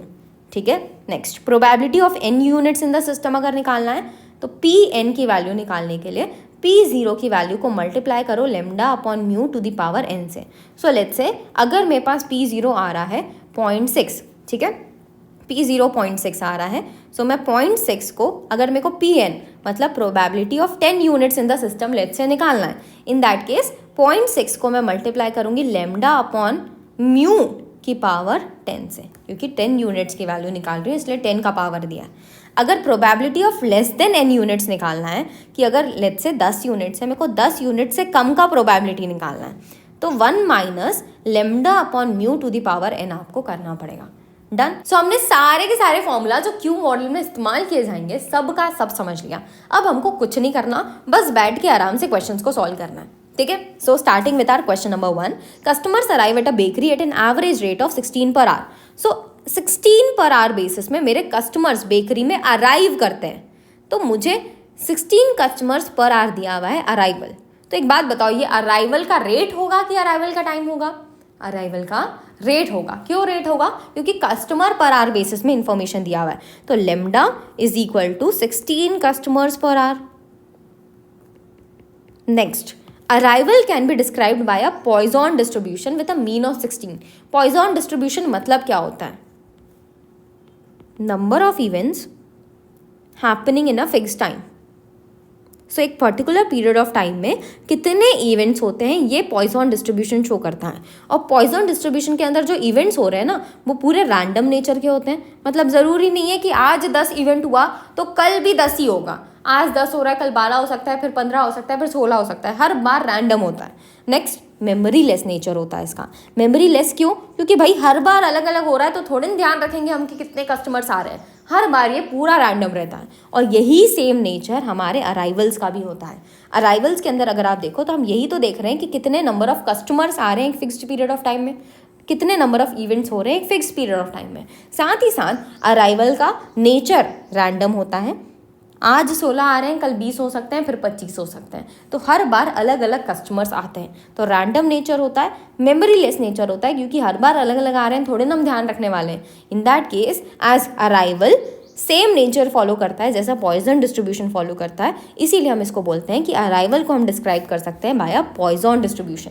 ठीक है, पॉइजन डिस्ट्रीब्यूशन का मीन कितना है? 16। मतलब on an average 16 customers per our आते हैं। भरे अराइवल हमारा रैंडम है, लेकिन ये रैंडम अराइवल का जब हमने एवरेज निकाला तो एवरेज 16 कस्टमर्स पर आवर के आसपास आता है हमेशा।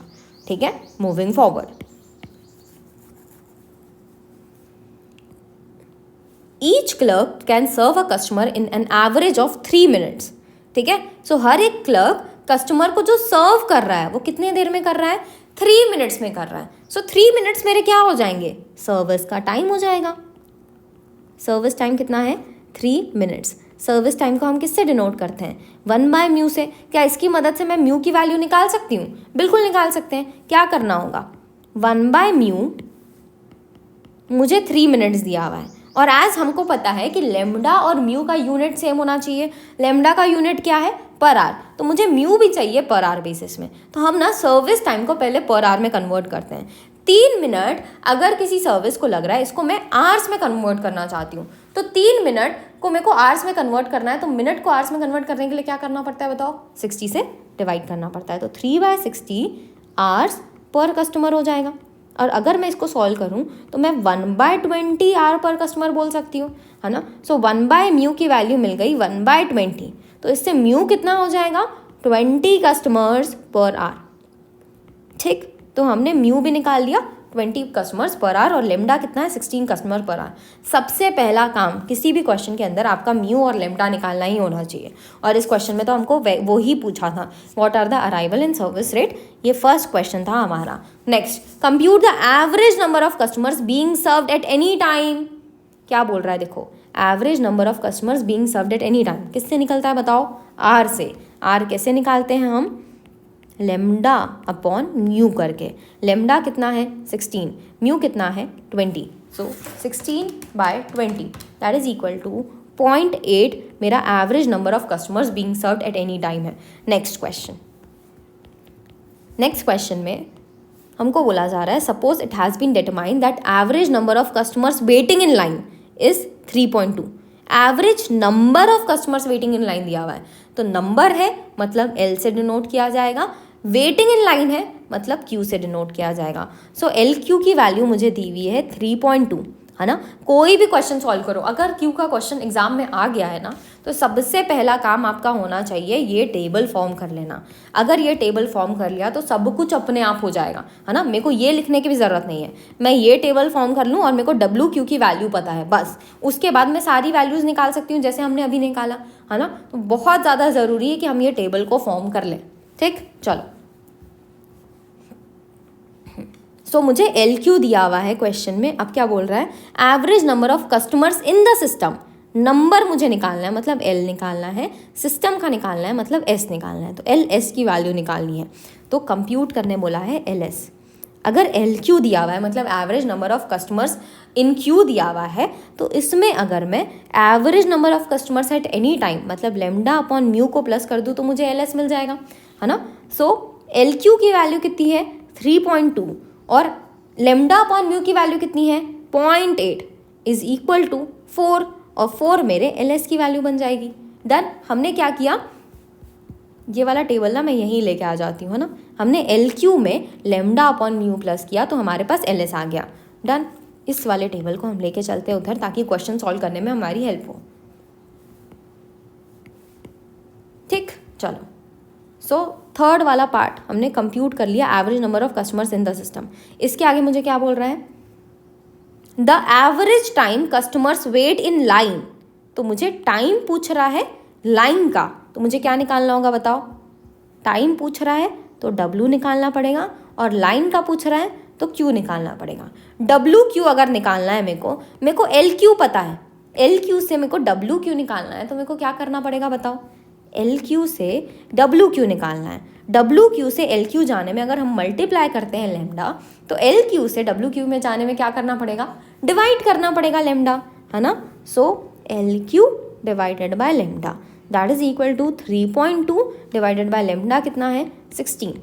सो 3.2 divided by 16 is equal to 0.2 मेरा आ रहा है WQ।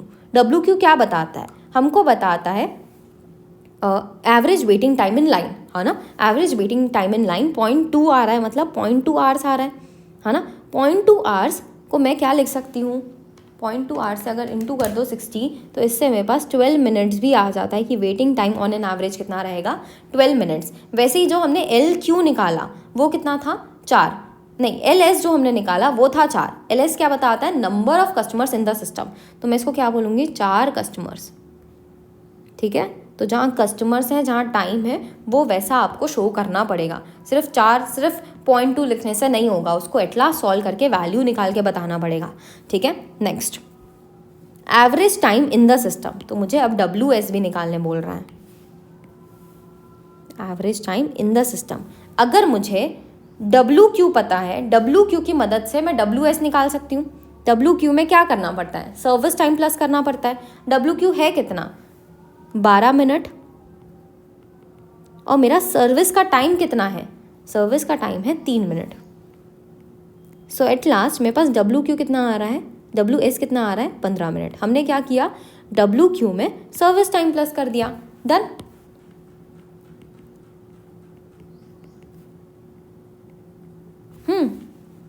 लास्ट क्वेश्चन में मुझे पूछ रहा है सिस्टम का यूटिलाइजेशन। अगर मेरा M मतलब नंबर ऑफ सर्वर्स 1, 2 और 3 है तो क्या होगा। ठीक, सो सिस्टम यूटिलाइजेशन को हम किससे डिनोट करते हैं? रो से डिनोट करते हैं। अगर मेरा 1 सर्वर है, इन दैट केस सिस्टम का utilisation lambda upon mu into M होगा। लेमडा की वैल्यू क्या है? 16, म्यू कितना है? 20 मल्टीप्लाइड बाय सर्वर कितना है? 1, तो 16/20 इंटू 1 अगर हम करें तो ये वैल्यू आती है 0.8, है ना। नेक्स्ट सिचुएशन में अगर मेरे पास 2 सर्वर है तो रो की वैल्यू क्या हो जाएगी? Lambda upon mu into number of server, है ना। So 16 divided by 40 is equal to 0.4 and at last मुझे 3 सर्वर्स के लिए भी निकालने बोला है। सो अगर मेरे पास 3 सर्वर है तो रो की वैल्यू हो जाएगी 16 divided by 20 into 3, that is equal to 16 divided by 60, that is equal to 0.2667। ठीक है, चलो तो हमने ये वाला क्वेश्चन सॉल्व कर लिया। क्या किया? कुछ भी नहीं, सिर्फ इसमें से फॉर्मूला अप्लाई किया और हमारा पूरा का पूरा क्वेश्चन सॉल्व हो गया। और मेरे को इन सारे फॉर्मूले में तो जाना भी नहीं पड़ा, मुझे सिर्फ क्या वैल्यू दी हुई थी? मुझे एल क्यू दिया हुआ था, एल क्यू की मदद से हमने सब कुछ निकाल लिया। ठीक है, चलो moving forward to our next question. एक एयरलाइन है जो प्लान कर रही है एक सैटेलाइट टिकट डेस्क रखने का एक न्यू शॉपिंग प्लाजा में, जहाँ पे वो सिर्फ एक ही टिकट एजेंट रखने वाले। एक टिकट एजेंट मतलब एक ही सर्विस प्रोवाइडर है, एक ही सर्विस फैसिलिटी है यहाँ पे, है ना। Next, it is estimated that request for ticket and information will average 15 per hour. On an average जो हमारे पास रिक्वेस्ट आएंगे टिकट्स के लिए वो कितने हैं? 15 पर आवर आएंगे। तो मतलब आ रहे हैं मतलब क्या है? अराइवल है। अराइवल मुझे दिया हुआ है 15 पर आवर, तो ये अराइवल का रेट है। अराइवल का रेट मतलब लेमडा से हम डिनोट करेंगे कितना है? 15 पर hour. Next, and request will have a Poisson distribution. हमको पहले से ही पता है कि जो अराइवल है वो पॉइजन डिस्ट्रीब्यूशन फॉलो करता है। Next, service time is assume to be exponentially distributed. Arrival आपका पॉइजन डिस्ट्रीब्यूशन फॉलो करता है, service time exponential distribution follow करता है। एक्सपोनेंशियल डिस्ट्रीब्यूशन का काम है यही पता करना कि कितना लॉन्गर पीरियड ऑफ टाइम हमको लगता है ना। सो एज सर्विस टाइम हमको बताता है कि कितना टाइम आपको सर्विसेज में लगता है, तो ये एक्सपोनेंशियल डिस्ट्रीब्यूशन को फॉलो करता है। साथ ही साथ सर्विस टाइम रैंडम नेचर का होता है, service time memory less nature का होता है। ये हमको कौन बता रहा है? Exponential distribution. अगर एक्सपोनेंशियल डिस्ट्रीब्यूशन लिखा है इसका मतलब ही यही है कि आपका जो सर्विस टाइम है वो रैंडम है और मेमोरी लेस नेचर का है। ठीक, next, previous experience with similar satellite operation suggest that mean service time मतलब ऑन एन एवरेज हमारा सर्विस टाइम कितना रहता है? 3 मिनट्स पर request. So service time is 3 minutes पर रिक्वेस्ट। अगर मेरे को सर्विस टाइम पता है तो मतलब मेरे को 1/μ पता है, और 1/μ अगर 3 मिनट्स पर रिक्वेस्ट है तो इसकी मदद से मैं म्यू की वैल्यू निकाल सकती हूँ। अगर लेमडा पर आवर बेसिस में तो म्यू भी पर आवर बेसिस में होना चाहिए, है ना। सो यहाँ पे जो 3 मिनट्स है मैं उसको आवर्स में कन्वर्ट करना चाहती हूँ। क्या करना होगा? मिनट्स को आवर्स में कन्वर्ट करने के लिए 60 से डिवाइड करते हो, तो 3/60 hours per request is equal to 1/μ। अब 3/60 को अगर आप सॉल्व करो तो 1/20 आ जाएगा, तो 1/μ इज इक्वल टू 1/20 आवर पर रिक्वेस्ट। इससे मेरे को म्यू की वैल्यू मिल जाएगी विच इज़ 20, तो mu is equal to 20 request per hour. Done. So हमने म्यू और लेमडा निकाल दिया। सबसे पहला काम हमारा यही होना चाहिए। ठीक, बाकी सारी इन्फॉर्मेशन को मैं हटा रही हूँ जो हमको अभी नहीं चाहिए, है ना। हमको बस ये सारी इन्फॉर्मेशंस चाहिए। इसके बाद अब क्वेश्चन में क्या बोल रहा है? क्वेश्चन में मुझे सिस्टम का यूटिलाइजेशन निकालने बोला है। सिस्टम का यूटिलाइजेशन मतलब रो निकालना है। कैसे निकालेंगे? Lambda by mu into M. Lambda कितना है? Lambda is 15 and mu is 20 multiplied by M. कितने नंबर ऑफ सर्विस फैसिलिटी है यहाँ पे? 1 टिकट एजेंट है तो 1 सर्विस फैसिलिटी है। ठीक है, so 15 divided by 20 which is 0.75 is my system का utilization. Next, percentage of time the server will be idle. तो अगर मेरे को आइडल टाइम निकालना है तो मुझे क्या करना होता है? 1 माइनस सिस्टम का यूटिलाइजेशन, है ना, that is equal to 1 minus 0.75 which is equal to 0.25। और मुझे परसेंटेज में निकालने बोला है तो 0.25 को परसेंटेज में कन्वर्ट करोगे तो 25% हो जाएगा। Done. Next, expected number of customers waiting to be served. Number पूछ रहा है तो मुझे एल निकालना है, वेटिंग पूछ रहा है तो क्यू निकालना है, तो एल क्यू की वैल्यू निकालने बोल रहा है। मुझे यहाँ पे कुछ WS LS ये सारी चीज़ें नहीं दी हुई है, तो मेरे को LQ का फॉर्मूला लगा के निकालना पड़ेगा। LQ का फॉर्मूला क्या होता है बताओ?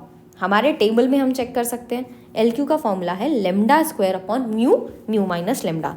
आपको कोशिश करनी है कि आप एटलीस्ट ये WQ वाला फॉर्मूला याद कर लो, ताकि आप इस टेबल की मदद से ये पूरा टेबल बना पाओ, है ना। तो जब भी क्वेश्चन आए आप ये वाला टेबल बनाओगे और उसकी मदद से ये वाला टेबल फॉर्म कर पाओगे, है ना।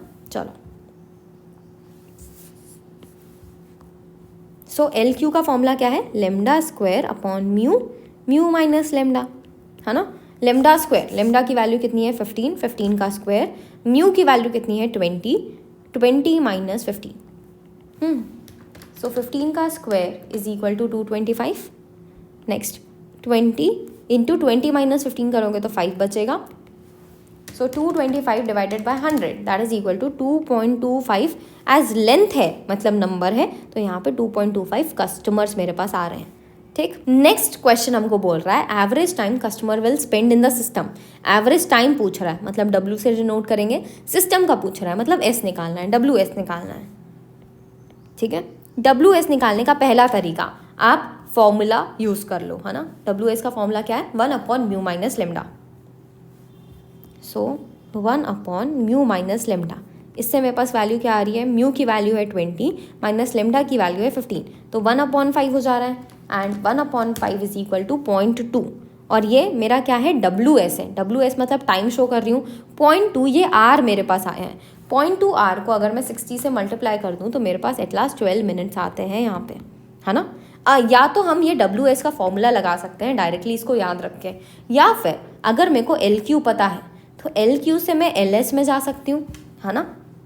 LQ से मैं LS में जा सकती हूँ, और LS में अगर मैं डिवाइड कर दूँ लेमडा तो मैं WS में पहुँच सकती हूँ। LQ से LS में जाने के लिए लेमडा अपॉन म्यू प्लस करना पड़ेगा, और LS से WS में जाने के लिए लेमडा से डिवाइड करना पड़ेगा। तो ये तरीका भी हम अपना सकते हैं। अगर फॉर्मूला ध्यान नहीं आ रहा तो हम इस तरीके से भी चल सकते हैं, है ना। सो मेरे को पहले क्या निकालना पड़ेगा? LS निकालना पड़ेगा। कैसे निकलेगा? LQ plus lambda upon mu, है ना। LQ की वैल्यू कितनी है? हमने पहले ही निकाल ली है, 2.25, and lambda upon mu is 15 divided by 20।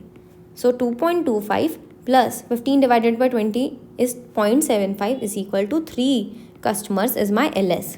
और LS से मुझे अगर जाना है WS में तो मुझे क्या करना पड़ेगा? 3 कस्टमर्स दैट इज LS को डिवाइड करना पड़ेगा लेमडा से। तो 3/15 अगर मैं करूँ तो 3/15 इज इक्वल टू 0.2 आवर्स, ठीक है। 0.2 आवर्स है, इसको मेरे को मिनट्स में कन्वर्ट करना है तो 12 मिनट्स आ जाएंगे, ठीक। सो इस तरीके से भी आप WS निकाल सकते हो, या फिर डायरेक्टली फॉर्मूला लगा के भी निकाल सकते हो। Next, the probability of 0 customers in the system and probability of 4 customers in the system. तो हमको ये वाले फॉर्मूलाज इस्तेमाल करने हैं। पहला, 0 कस्टमर्स इन द सिस्टम के लिए क्या करना पड़ेगा? 1 माइनस लेमडा अपॉन म्यू। वहीं n customers in the system के लिए क्या करना पड़ेगा? P0 multiplied by lambda upon mu to the power n, है ना। सो लास्ट वाला क्वेश्चन हम सॉल्व कर रहे हैं जहाँ पे P0 की वैल्यू मुझे निकालनी है। कैसे निकलेगा? 1 माइनस लेमडा अपॉन म्यू करके। वहीं अगर आपको P4 की वैल्यू निकालनी है तो आपको लेना पड़ेगा P0 multiplied by lambda upon mu to the power 4, ठीक है। So 1 minus lambda is 15, mu is 20, so 1 minus 0.75 is equal to 0.25। Next, P0 है मेरे पास 0.25, इसको मल्टीप्लाई कर दूं अगर मैं 15/20 टू द पावर 4 से तो मुझे P4 की वैल्यू मिल जाएगी 15 divided by 20 that is equal to 0.75। 0.75 का अगर हम निकालना चाहें कि टू द पावर 4 कितना होता है तो ये होता है 0.3164। तो 0.25 multiplied by 0.3164 is equal to 0.0791। This is my probability कि हमारे पास 4 यूनिट्स रहेंगे इन द सिस्टम, और ये हमारी प्रोबेबिलिटी है कि 0 यूनिट सिस्टम में रहेंगे, ठीक है। एक बार मैं आंसर चेक भी कर लेती हूँ, ठीक है। चलो next, a departmental store has 1 cashier. एक कैशियर है मतलब एक ही सर्विस फैसिलिटी है। During the rush hour customers arrive at a rate of 20 per our. Arrival मुझे दिया हुआ है 20 पर आवर, तो अराइवल का रेट मतलब लेमडा है 20 per our. Average number of customers that can be handled by the cashier is 24 per our, तो मुझे यहाँ पे सर्विस का रेट भी डायरेक्टली दिया हुआ है 24 per hour. Assume the condition for the single channel queuing model, आपको average time a customer spends in the system निकालना है। टाइम निकालना है मतलब W, सिस्टम का निकालना है मतलब S। WS निकालने का फॉर्मूला क्या होता है, डायरेक्टली फॉर्मूला हम इस्तेमाल कर सकते हैं। फॉर्मूला इज 1/μ माइनस लेमडा, ठीक है। हमको फॉर्मूला धीरे धीरे करके याद रख लेना है, या फिर हमको पहले ही टेबल फॉर्म कर लेना है ताकि हमारा झंझट ही ना हो, हम डायरेक्ट टेबल रेफर करें और सॉल्व करते जाएं questions. 1/μ minus lambda, 1/24 minus 20, that is equal to 1/4 and 1/4 is equal to 0.25। This is my WS। 0.25 hours यहाँ पे आ रहे हैं, 0.25 आवर्स को मल्टीप्लाई कर दो 60 से, तो 15 मिनट्स आपके यहाँ पे आएंगे। Done, moving forward. As a tool service centre arrival rate है 2 पर आवर एंड सर्विस पोटेंशियल है 3 पर आवर। तो भाई लेमडा और म्यू तो हमको इस बार डायरेक्टली बता दिया, 2 पर hour and 3 per hour. Next देखो, सिंपल क्यू कंडीशन एग्जिस्ट करती है। Hourly wage paid to the attendant at the service centre is 1.5 per our. तो देखो यार, टूल सर्विस सेंटर है, ये टूल सर्विस सेंटर में एक अटेंडेंट है, एक अटेंडेंट को हम कितना पे कर रहे हैं, 1.5 पर आवर। अटेंडेंट मतलब हम बोल सकते हैं सर्विस प्रोवाइडर है, ये सर्विस प्रोवाइडर का रेट कितना है, 1.5 per hour. And hourly cost of machinist away from his work is 4 per our. एक मशीनिस्ट है, ये मशीनिस्ट लोगों का रेट कितना है, 4 पर आवर। ये मशीनिस्ट का रेट क्यों दिया हुआ है भाई, देखो यार, अगर मेरे पास एक टूल सर्विस सेंटर है, टूल सर्विस सेंटर में अटेंडेंट बैठा हुआ है, अटेंडेंट के पास जाके कौन लेके आएगा टूल्स, मशीनिस्ट ही लेके आएगा। तो मशीनिस्ट को जाना पड़ेगा टूल सेंटर में और जाके वहाँ से टूल्स लेके आने पड़ेंगे। अब हम मशीनिस्ट को 4 रुपये पर आवर पे करते हैं, तो मशीनिस्ट का टाइम ये टूल लेके आने में वेस्ट हो रहा होगा ना, वो हमको फाइंड आउट करना होगा कि कितना टाइम वेस्ट हो रहा है, कितना खर्चा हमारा एक्स्ट्रा लग रहा है, ठीक है। चलो, सो एक एक करके क्वेश्चन देखते हैं। Average number of machinist being served और waiting to be served at any time. Machinist को सर्विस मिलने वाली है, मशीनिस्ट टूल लेके आने वाले हैं, तो कितने नंबर ऑफ मशीनिस्ट को सर्व किया जा रहा है या वो वेट कर रहे हैं सर्व होने के लिए, मतलब सर्विस दी जा रही है प्लस जो क्यू में वेट कर रहा है उनका मेरे को नंबर चाहिए। तो मेरे को क्या जानना है, नंबर मतलब L, और एज सर्विस और क्यू दोनों का जानना है मतलब S, ठीक है। सो LS हमें यहाँ पे निकालना है। LS कैसे निकलता है, lambda upon mu minus lambda. First question का हम आंसर देख रहे हैं। लेमडा कितना है, 2 and mu is 3, lambda is 2, so 2 upon 1 that is equal to 2। As length of system है, मतलब नंबर ऑफ कस्टमर्स है, तो 2 कस्टमर्स हमारे पास यहाँ पे वैल्यू आ रही है, ठीक। Next, average time a machinist spend waiting for service. Service के लिए वेट कहाँ किया जाता है, क्यू में वेट किया जाता है। क्यू का टाइम पूछ रहा है, टाइम पूछ रहा है मतलब मुझे WQ निकालना है। WQ इज इक्वल टू, कैसे निकलेगा बताओ, WQ निकालने के लिए हम फॉर्मूला डायरेक्टली इस्तेमाल करेंगे, lambda upon mu, mu minus lambda, that is equal to 2 upon 3, 3 minus 2, that is equal to 2/3। 2/3 is 0.667 hours. इसको हम मिनट्स में कन्वर्ट कर सकते हैं, तो 60 से मल्टीप्लाई कर दो, तो एट लास्ट 40 मिनट्स हमारे पास यहाँ पे WQ की वैल्यू आ रही है। Total cost of operating the system for an 8 hour day कितना होगा आपको पता करना है। देखो यार, जब तुमको टोटल कॉस्ट निकालना होता है ना, तो टोटल कॉस्ट में पहली बात तो अटेंडेंट का खर्चा आएगा, साथ साथ मशीनिस्ट का खर्चा आएगा। मशीनिस्ट को क्यू में वेट भी करना पड़ रहा है, साथ साथ सर्विस लेने में भी तो टाइम जा रहा है उसका। तो मुझे टोटल टाइम जानना है कि क्यू में और सर्विस लेने में मेरे मशीनिस्ट का कितना टाइम जा रहा होगा। तो मुझे टाइम जानना है, टोटल टाइम उसका सर्विस में कितना लग रहा है, सिस्टम में कितना लग रहा है वो जानना है, क्योंकि क्यू और सर्विस दोनों का मुझे मिला के देखना है, ठीक है। So waiting time of system मुझे निकालना पड़ेगा। वेटिंग टाइम ऑफ सिस्टम का फॉर्मूला होता है 1 अपॉन म्यू माइनस लेमडा, है ना। सो 1 अपॉन 3 माइनस 2 अगर मैं करूँ तो 1 आर मेरे पास यहाँ पे वैल्यू आती है। तो अगर कोई मशीनिस्ट हमारे सिस्टम में आ रहा है तो उसको टोटल 1 घंटे अपने देने पड़ेंगे, ठीक है। Now with the help of all this information हमको फाइंड आउट करना है कि टोटल कॉस्ट कितना है। तो टोटल में अटेंडेंट और मशीनिस्ट दोनों का खर्चा आएगा। सबसे पहले अटेंडेंट की बात करते हैं। अटेंडेंट को हम पे कर रहे हैं 1.5 पर आवर, टोटल कितने घंटे हैं हमारे पास, 8 आवर्स है, और कितना अटेंडेंट है हमारे पास, सिर्फ एक ही अटेंडेंट है, तो टोटल यहाँ पे खर्चा इसका कितना हो रहा है, 12 रुपये का हो रहा है 8 घंटे के लिए।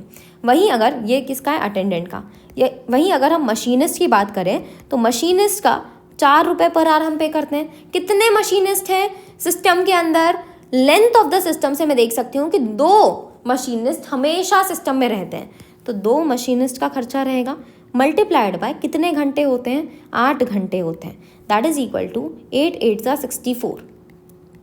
टोटल अमाउंट कितना आ रहा है यहाँ पे, 76। ठीक है, सो हमने टोटल कॉस्ट पता कर लिया of the operating system for 8 hours day. Next part देखो, total cost of the system if there were 2 attendants working together as a team. अभी मेरे पास एक ही अटेंडेंट था, लेकिन अब बोला जा रहा है कि मैं 2 अटेंडेंट्स को ऐड कर रही हूँ, हर एक को 1.5 पर आवर पे करने वाली हूँ, और हर एक on an average 2 per hour basis में सर्विस प्रोवाइड कर सकता है। इन दैट केस मेरा लेमडा तो सेम ही है, क्योंकि अराइवल में कोई चेंज आ रहा है क्या, नहीं चेंज आ रहा, तो अराइवल है 2 पर आवर का।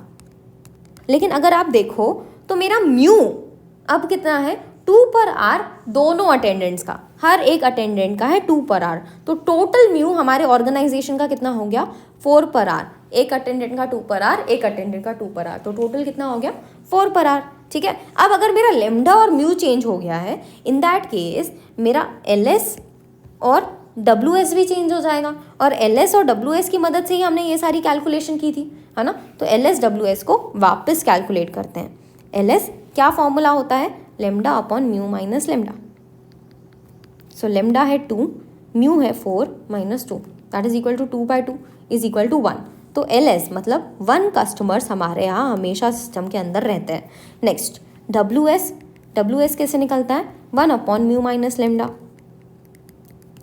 विच इज 1 अपॉन 4 माइनस 2, सो 1/2 आ रहा है, तो 1/2 are on an average customer का सिस्टम में टाइम जाता है, मशीनिस्ट का सिस्टम में टाइम जाता है। ठीक है, सो अगर अब मेरे को खर्चा निकालना है तो अटेंडेंट का 1.5 लग रहा है, और 2 अटेंडेंट्स हैं हमारे पास, मल्टीप्लाइड बाय 8 आवर्स डे है, so 1.5 into 2 into 8 that is equal to 24 rupees attendants को हम दे रहे हैं।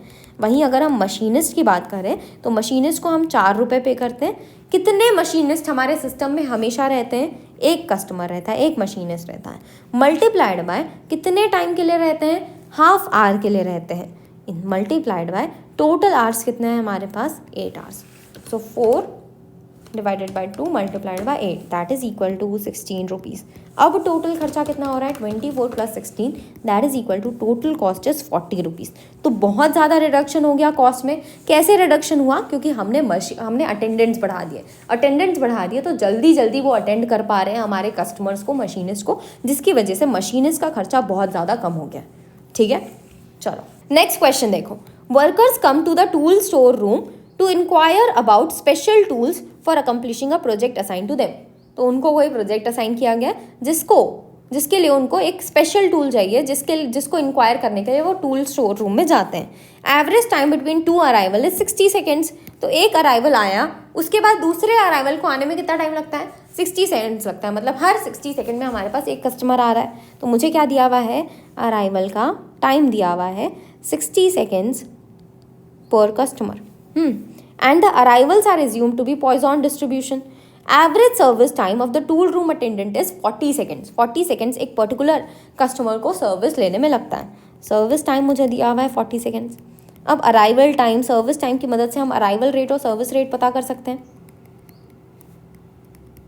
सो अगर मेरे को टाइम दिया हुआ है सेकेंड्स में, तो मैं इसको मिनट्स में कन्वर्ट कर लेती हूँ, क्योंकि आवर्स में कन्वर्ट करेंगे तो बहुत ही ज़्यादा हो जाएगा, तो मिनट्स में कन्वर्ट करते हैं। अराइवल रेट मुझे पता करना है कि हर एक 60 सेकेंड्स में अगर एक कस्टमर आता है तो 1 मिनट में मेरे पास कितने कस्टमर्स आएंगे, 1 मिनट में कितने सेकेंड्स होते हैं, 60 सेकेंड्स होते हैं, डिवाइडेड बाय हर एक कस्टमर कितने देर में आता है, 60 सेकेंड्स में आता है, इज इक्वल टू 1। तो 1 कस्टमर पर मिनट मेरे पास आ रहा है। ठीक है, नेक्स्ट सर्विस रेट मुझे दिया हुआ है, सर्विस टाइम मुझे दिया हुआ है 40 सेकेंड्स का। तो 40 सेकेंड्स में मैं एक कस्टमर को सर्व करती हूँ, तो 1 मिनट में कितने को सर्व करूँगी, 1 मिनट में होते हैं 60 सेकेंड्स, डिवाइडेड बाय 40 सेकेंड्स एक कस्टमर को सर्व करने में लग रहा है। तो 1.5 कस्टमर पर मिनट मेरा सर्विस का रेट आ रहा है। तो मेरे को इसकी मदद से लेमडा पता चल गया, 1 कस्टमर पर मिनट, एंड म्यू पता चल गया 1.5 कस्टमर्स पर मिनट, ठीक है। नेक्स्ट, एवरेज क्यू लेंथ निकालने बोल रहा है, तो क्यू का लेंथ है मतलब एल क्यू निकालना है। एल क्यू का फॉर्मूला क्या होता है, lambda square upon mu, mu minus lambda. Lambda की वैल्यू कितनी है 1, 1 का स्क्वायर अपॉन म्यू की वैल्यू है 1.5, 1.5 माइनस 1, 1 अपॉन 1.5 इंटू 0.5 आ रहा है ना। सो 1.5 इंटू 0.5 करोगे 0.75 आता है, 1 अपॉन 0.75 करोगे तो 1.333 आता है, और एज लेंथ है तो 1.333 कस्टमर्स मेरे पास आ रहे हैं, ठीक। सो फर्स्ट क्वेश्चन हमने सॉल्व कर लिया। नेक्स्ट क्वेश्चन देखो, average length of non empty Q मुझे निकालने बोल रहा है। Average length of non empty Q अभी तक निकाला है क्या हमने, अभी तक तो नहीं देखा है ऐसा कोई फॉर्मूला। तो नॉन एम्प्टी क्यू का फॉर्मूला होता है एल एन से हम इसको डिनोट करते हैं, इसका फॉर्मूला होता है mu upon mu minus lambda. आप अगर एल एस का फॉर्मूला देखो तो एल एस का फॉर्मूला होता है lambda upon mu minus lambda, तो लेमडा की जगह म्यू कर देना, तो उस केस में ये एल एन का फॉर्मूला बन जाएगा, ठीक है। ये फॉर्मूला भी आपकी फॉर्मूला लिस्ट में लिख लेना, ठीक है। म्यू हमारे पास कितना है 1.5 upon mu minus lambda, that is equal to 1.5 upon 0.5 which is equal to 3। ये length of non empty queue है, तो नॉन एम्प्टी क्यू की लेंथ कितनी होगी 3 कस्टमर्स, ठीक है। तो 3 कस्टमर्स अगर हैं तो वो एक नॉन एम्प्टी क्यू बनेगा, ठीक। मूविंग फॉरवर्ड, नेक्स्ट मुझे बोल रहा है average number of workers in the system including the workers being attendant. तो नंबर पूछ रहा है मतलब एल निकालना है, सिस्टम का पूछ रहा है तो एस निकालना है। एल एस का फॉर्मूला हमने पहले ही लिख लिया है, तो लेमडा की वैल्यू होती है 1 upon 1.5 minus 1 which is equal to 1 upon 0.5 which is equal to 2 customers, मेरा लेंथ ऑफ द सिस्टम है, ठीक। Moving forward, mean waiting time of an arrival. Arrival का वेटिंग टाइम कितना होगा, अराइवल का वेटिंग टाइम जानना है मेरे को, मतलब मेरा वेटिंग टाइम ऑफ क्यू जानना है ना। So waiting time of Q कैसा निकलता है, lambda upon mu, mu minus lambda, ठीक है। लेमडा की वैल्यू है 1 अपॉन 1.5 इंटू 1.5 माइनस 1, ठीक है। सो यहाँ पे मेरी वैल्यू आएगी 1.333। This is my W Q. W Q है मतलब 1.333 आवर्स आ रहा है, इसको मैं मिनट्स में कन्वर्ट कर सकती हूँ क्या, हमारे पास 80 मिनट्स यहाँ पे आएंगे, ठीक है। नेक्स्ट, डब्ल्यू क्यू के बाद मुझे बोल रहा है average waiting time of an arrival who waits, मतलब अगर कोई भी अराइवल आ रहा है तो उसको ऑन एन एवरेज कितना वेट करना पड़ेगा। तो वेट तो मुझे क्यू में भी करना पड़ता है प्लस सर्विस लेने में भी करना पड़ता है। इन दैट केस मुझे यहाँ पे निकालना है डब्ल्यू एस। डब्ल्यू एस हम यहाँ पे निकालते हैं, डब्ल्यू एस होता है 1 अपॉन म्यू माइनस लेमडा, ठीक है। 1 अपॉन म्यू की वैल्यू कितनी है, म्यू इज़ 1 नहीं 1.5 minus lambda is 1, so 1 upon 0.5 आ रहा है विच इज़ इक्वल टू 2 अगर मेरे पास वैल्यू आ रही है तो ये हो जाएगा 2 hours is my W S, ठीक है। Moving forward, Wonder's car wash and dry is an automatic 5-minute operation with a single bay। Automatic 5 minute operation है, मतलब भाई साहब मेरे पास किसी भी टाइप का कस्टमर आ जाए, किसी भी टाइप की कार आ जाए, हर एक को मैं 5 मिनट में कार वॉश कर सकती हूँ। इन दैट केस यहाँ पे जो मेरा सर्विस टाइम दिया हुआ है वो किस टाइप का है, कंस्टेंट सर्विस टाइम है। ये मेरा चेंज नहीं हो रहा, ये मेरा एवरेज नहीं दिया, ये मेरा एक्चुअल दिया हुआ है। 5 मिनट ही लगता है हर एक कस्टमर के कार को सर्व करने में, ठीक है। On a typical Saturday morning हमारे पास कार्स अराइव कर रही हैं at a mean rate of 8 पर आवर, तो मुझे लेमडा दिया हुआ है 8 पर hour with arrivals tending to follow a Poisson distribution.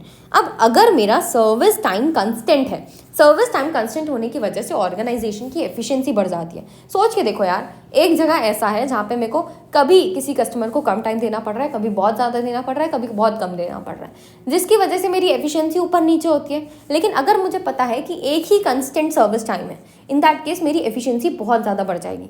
Efficiency बढ़ने की वजह से मेरी जो लाइन फॉर्म होती है ना, क्यू जो फॉर्म होता है, वो क्यू हाफ हो जाता है, जस्ट हाफ हो जाता है। तो पहले अगर मेरा एल क्यू का फॉर्मूला क्या था, lambda square upon mu, mu minus lambda, तो अब ये जस्ट हाफ होने वाला है क्योंकि सर्विस टाइम कांस्टेंट हो गया है। तो अब lambda square upon 2 mu, mu minus lambda हमारा फॉर्मूला हो जाता है जब सर्विस टाइम कांस्टेंट है। तो सोच के देखो यार, अगर LQ चेंज हो गया तो WQ भी चेंज हो जाएगा, WQ चेंज हो गया तो WS भी चेंज हो जाएगा, और WS चेंज हुआ तो LS भी चेंज हो जाएगा। तो LQ की मदद से हमको WQ, WS और LS की वैल्यू निकालनी पड़ती है। तो अगर ये सारी चीज़ें पूछ रही है तो हम LQ की मदद से हमारा टेबल फॉलो करके हम ये वैल्यूज़ को निकालेंगे। तो LQ पता है तो मैं WQ निकाल सकती हूँ, WQ पता है तो WS निकाल सकती हूँ, और WS पता है तो LS निकाल सकते हैं। तो इस तरीके से हम बाकी सारी वैल्यूज़ को फाइंड आउट करेंगे। डन। चलो, अब क्वेश्चन में मुझसे पूछा जा रहा है average number of cars in line. तो लाइन में कितनी कार्स हैं, मतलब क्यू में कितनी लाइन्स हैं, क्यू में कितनी कार्स हैं, तो LQ मुझे निकालने बोल रहा है। लेमडा स्क्वायर इज 8 का square upon 2 into mu, mu की वैल्यू तो हमने निकाली ही नहीं। सर्विस टाइम दिया हुआ है 5 मिनट्स का ऑपरेशन है हमारा, है ना। तो सर्विस टाइम की मदद से हम म्यू फाइंड आउट कर सकते हैं। 1 घंटे के अंदर 60 मिनट्स होते हैं, डिवाइडेड बाय एक कार को सर्व करने में मेरे को 5 मिनट लगता है, तो 12 कार्स मैं पर आवर बेसिस में सर्व कर पाऊंगी, है ना। तो म्यू मेरा आ रहा है 12 एंड 12 माइनस 8, ठीक है। सो 8 8 सा 64 divided by 24 into 4। So 64 divided by 96 is the value. यहाँ पे वैल्यू टोटल मेरी आ रही है 0.667, ठीक है। 0.667 लेंथ ऑफ क्यू है, एवरेज नंबर है, तो इसको हम बोल सकते हैं 0.667 कार्स, क्योंकि कार वॉश यहाँ पे चल रहा है। The average time car spend in line and service, line में और सर्विस में कितना टाइम स्पेंड करते हैं। तो टाइम है तो W निकालना है, लाइन और सर्विस दोनों का निकालना है, मतलब सिस्टम की वैल्यू निकालनी है। अगर मेरे को LQ पता है तो LQ की मदद से मैं WS निकाल सकती हूँ क्या, बिल्कुल निकाल सकते हैं। LQ से पहले हम चले जाते हैं WQ में। LQ से WQ में जाने के लिए क्या करना पड़ेगा बताओ। LQ से WQ जाना है तो लेंथ ऑफ Q है, लेंथ ऑफ Q से मेरे को वेटिंग टाइम ऑफ Q जानना है, तो मुझे लेमडा से डिवाइड करना पड़ेगा, है ना। सो अगर मैं लेमडा से डिवाइड करूं तो 0.667 आ रहा है मेरे पास, divided by lambda which is 8। तो 0.667 डिवाइडेड बाय 8 अगर आप करो तो ये वैल्यू आती है 0.08333। This is my waiting time of line, और ये आवर्स में है, आवर्स में है तो इसको मैं मल्टीप्लाई कर सकती हूँ 60 से, तो मेरे को पता चल जाएगा 5 मिनट वेटिंग टाइम है इन क्यू। अगर 5 मिनट वेटिंग टाइम है क्यू का और मेरा सर्विस का टाइम कितना है, सर्विस का टाइम भी 5 मिनट है, इन दैट केस मेरा वेटिंग टाइम ऑफ सिस्टम कितना हो जाएगा 10 मिनट, और यही हमको निकालने बोला था, ठीक है। सो इस तरीके से आप कैलकुलेशन करोगे। नेक्स्ट क्वेश्चन देखो, customers arrive at a booking office window being manned by a single individual at a rate of 25 per our. तो मुझे अराइवल रेट दिया हुआ है, कितना है 25 per hour. Next, time required to serve a customer has exponential distribution with a mean of 120 seconds. तो service time is 120 seconds. Now the thing is, यहाँ पे भी तो नहीं लिखा है कि एवरेज 120 सेकेंड्स मेरा सर्विस टाइम है। देखो यार, जहाँ पे एक्सपोनेंशियल डिस्ट्रीब्यूशन लिख दिया ना, इसका मतलब समझ लेना कि ये जो वैल्यू आपको दी है वो एवरेज ही होगी। क्यों एवरेज होगी, क्योंकि एक्सपोनेंशियल डिस्ट्रीब्यूशन रैंडम होता है, कांस्टेंट नहीं होता है, रैंडम होता है और मेमोरी लेस होता है ना। रैंडम है तो मतलब जो भी वैल्यू आ रही है सर्विस टाइम की वो एवरेज है। 120 seconds is the average time, ठीक। अगर सर्विस टाइम 120 सेकेंड्स है तो इसको मैं 2 मिनट भी लिख सकती हूँ। 60 सेकेंड्स का 1 मिनट, तो 120 सेकेंड्स में कितने मिनट हो गए, 2 मिनट, ठीक है। सो सर्विस टाइम 2 मिनट का है, इसकी मदद से मुझे सर्विस का रेट निकालना है। 1 घंटे में कितने मिनट होते हैं, 60 मिनट, डिवाइडेड बाय एक कस्टमर को सर्व करने में 2 मिनट लग रहा है। सो यहाँ पे मेरे पास आ जाता है 30 customers per our. This is my mu, ठीक है। सो लेमडा है 25 पर आवर और म्यू है 30 पर आवर। अब इसकी मदद से मुझे average waiting time of a customer निकालना है। वेटिंग टाइम पूछ रहा है, वेटिंग है तो W, time is waiting time है इसलिए W, और वेटिंग टाइम पूछ रहा है तो Q ही निकालना पड़ेगा। Q में ही वेट करना पड़ता है, सर्विस लेने में वेट थोड़ा करना पड़ता है। सर्विस लेने में तो एक्चुअल में मैं सर्विस ले रही हूँ, है ना। WQ कैसे निकाला जाता है, WQ का फॉर्मूला होता है lambda upon mu, mu minus lambda. Lambda is 25 upon mu is 30, 30 minus 25, 25 divided by 30 into 5 which is equal to 0.1667 hours मेरे पास आ रहे हैं, है ना। सो आर्स मैंने क्यों लिखा समझना है ना, वेटिंग टाइम के सामने हम ये जो यूनिट लिखते हैं ना, ये यूनिट सेम होती है जैसे आपकी म्यू और लेमडा की है। म्यू और लेमडा की यूनिट आर थी, इसीलिए मैंने इसके आगे आर लिखा। पर 0.1667 आर्स है, तो इससे बेटर है कि मैं इसको मिनट्स में शो कर दूँ। तो मैं मल्टीप्लाई कर दूंगी 60 से, तो मेरे पास आ रहा है 10 मिनट WQ की वैल्यू। ठीक है, moving forward to our next question. Trucks arrive at a factory for collecting finished goods for transportation to a distant market. As and when they come, they are required to join a waiting line and are served on a first come first serve basis. Trucks arrive at the rate of 10 per hour. Arrival rate मुझे दिया हुआ है, lambda is 10 per hour. Whereas the loading rate, मतलब जो हमारा service का rate है वो कितना है, 15 per hour. It is also given that arrival जो है हमारे पॉइजन डिस्ट्रीब्यूशन फॉलो करते हैं और लोडिंग एज सर्विस है तो एक्सपोनेंशियल डिस्ट्रीब्यूशन फॉलो कर रही है। Transporters have complain that their trucks have to be wait for nearly 12 hours. तो ट्रांसपोर्टर्स क्या बोल रहे हैं कि भाई साहब हमारे ट्रक्स को 12 घंटे वेट करना पड़ता है at the plant. Examine whether the complain is justified. तो आपको देखना है कि एक्चुअल में क्या हमारे जो ट्रांसपोर्टर्स हैं उनकी ट्रक को 12 घंटे वेट करना पड़ रहा है क्या, तो वेट कहाँ करना पड़ता है बताओ, क्यू में वेट करना पड़ता है। और ये टाइम है तो मेरे को क्या देखना है, वेटिंग टाइम ऑफ क्यू क्या 12 घंटे आ रहा है क्या, तो हम कैलकुलेट कर सकते हैं। वेटिंग टाइम ऑफ क्यू कैसे निकाला जाता है, lambda upon mu, mu minus lambda, है ना। Lambda is 10, mu is 15, 15 minus 10, so 10 upon 15 into 5 that is equal to 10/75, है ना, which is 0.133 hours. 0.133 hours आ रहा है। इसको मेरे को अगर मिनट्स में कन्वर्ट करना है तो 60 से मल्टीप्लाई कर दूँ। 8 मिनट यहाँ पे ऑन एन एवरेज आ रहा है। हमारे ट्रक ड्राइवर्स क्या बोल रहे हैं कि भाई साहब हमको 12 घंटे वेट करने पड़ते हैं, पर हमारे हिसाब से जो एवरेज वेटिंग टाइम है वो कितना है, सिर्फ 8 मिनट्स का है। इन दैट केस इनका ये जो क्लेम है, कंप्लेन है, वो जस्टिफाइड नहीं है। Also determine the probability that loaders are idle in the above problem. Idle system का मेरे को प्रोबेबिलिटी निकालना है। आइडल सिस्टम क्या होता है, 1 माइनस लेमडा अपॉन म्यू, है ना, क्योंकि लेमडा अपॉन म्यू से मेरे पास क्या आता है, सिस्टम यूटिलाइजेशन। सिस्टम यूटिलाइजेशन को अगर मैं 1 से माइनस कर दूँ तो मेरे पास आइडल टाइम आ जाएगा। 1 minus lambda is 10 and mu is 15। सो 0.333 आ रहा है, दैट इज इक्वल टू 33.33% मेरे पास आइडल टाइम आ रहा है। Done, moving forward. In a tool crib manned by a single assistant, तो एक ही असिस्टेंट है। Operators arrive at the tool crib at a rate of 10 per our. Arrival rate lambda दिया हुआ है 10 per hour. Each operator needs 3 minute on an average to serve. तो service time कितना है, 3 मिनट्स। 3 मिनट्स का service time है, इसकी मदद से म्यू निकाल सकते हैं। 60 minutes divided by 3 minutes that is equal to 20 per hour हमारा म्यू आ रहा है। Find out the loss of production due to waiting for an operation in a shift of 8 hours if the rate of production is 100 units per shift. देखो यार, मुझे बोला जा रहा है मेरे को loss of production find out करना है। किस वजह से loss of production, due to waiting for an operator. Operator का टाइम पूरे सिस्टम में जा रहा है ना, सिस्टम में जा रहा है मतलब क्यू में भी जा रहा है, वेट करते हुए भी जा रहा है, और साथ साथ जब वो सर्विस ले रहा है तब भी उसका टाइम जा रहा होगा।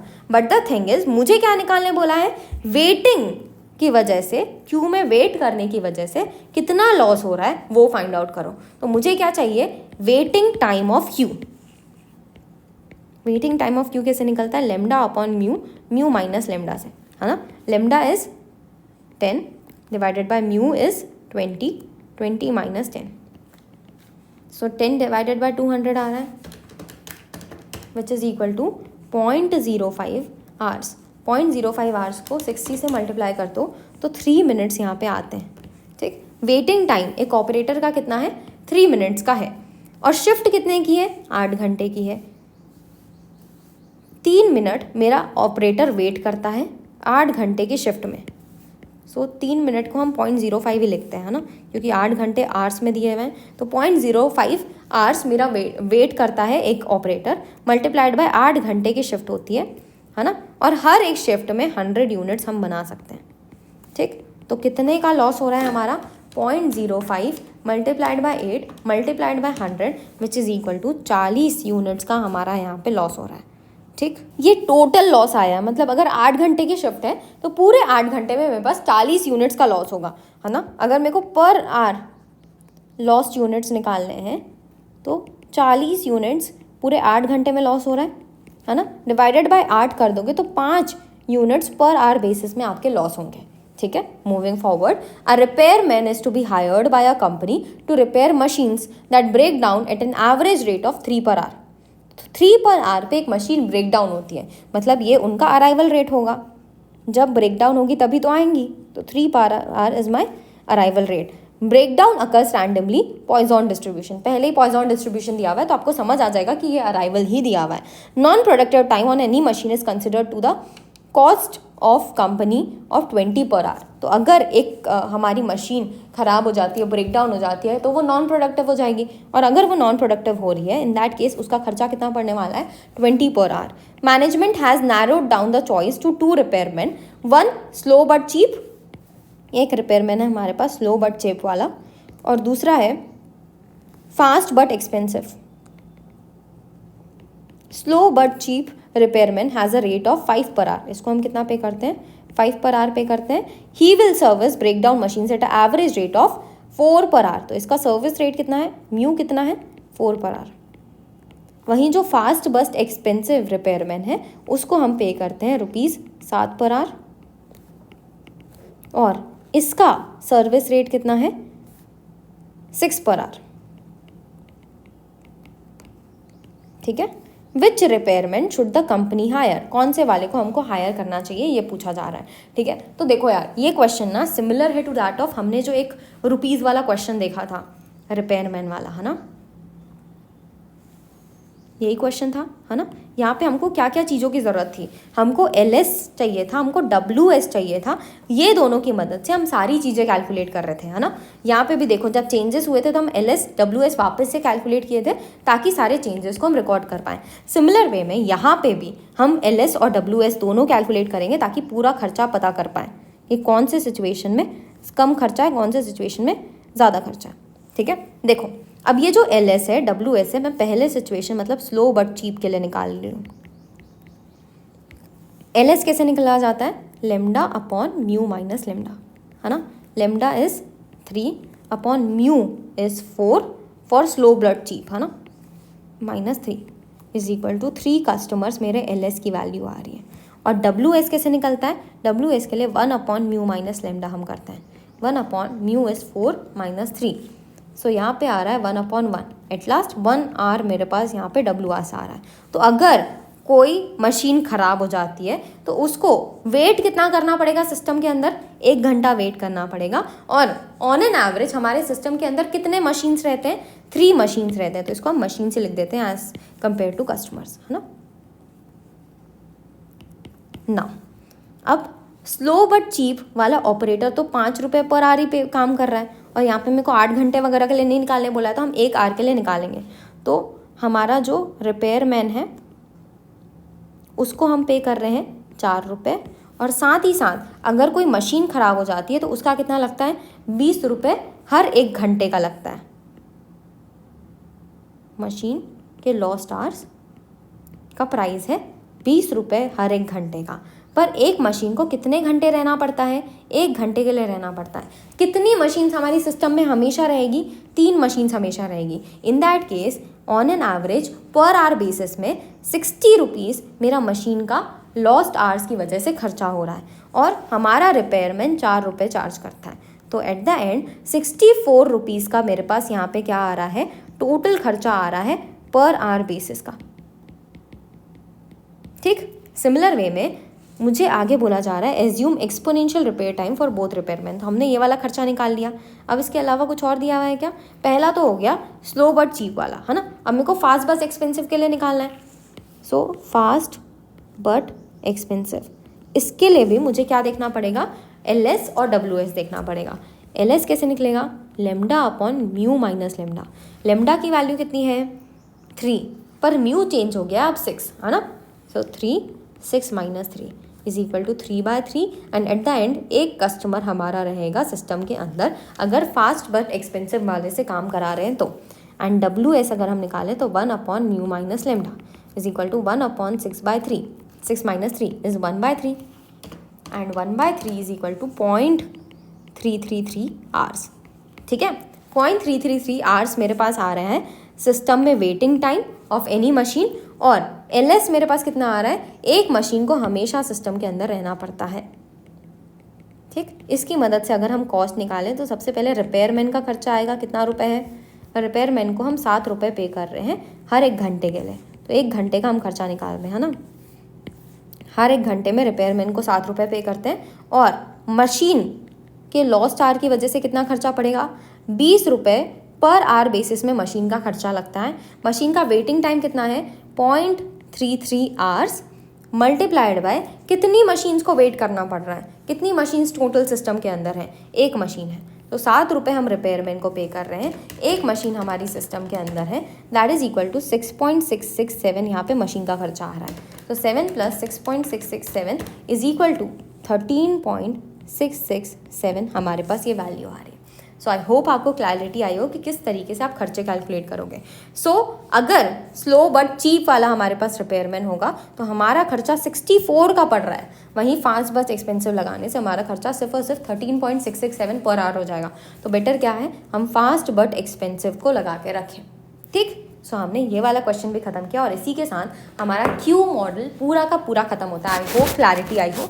इसके अंदर हमने जो क्वेश्चंस किए उसके अंदर सिर्फ कुछ ही चीज़ें हमने नहीं सीखी, बाकी सारी चीज़ें तो पूरा हमने फॉर्मूले की मदद से सीख लिया था. तो बहुत ज़्यादा ज़रूरी है क्यू सिस्टम के अंदर कि आपको फॉर्मूला पता हो. फॉर्मूला पता हो ना तो फिर कोई भी टाइप का क्वेश्चन आ जाए आप आराम से सॉल्व कर लोगे. और फॉर्मूला के लिए ये टेबल रेफर करना इज़ वेरी इंपॉर्टेंट. मैंने जो नोट्स हैं उनके अंदर पहले ही बना दिया है ये table, but the thing is आपको नोट्स में ऐसी जगह मिलेगी, स्पेस मिलेगी खाली, वहाँ पे आप वापस इसको ड्रॉ करोगे, क्योंकि ये खुद के हाथ से ड्रॉ करना इज़ इम्पॉर्टेंट, क्योंकि जब भी क्यू का क्वेश्चन आएगा आप ये पहले से ड्रॉ करके रख लोगे.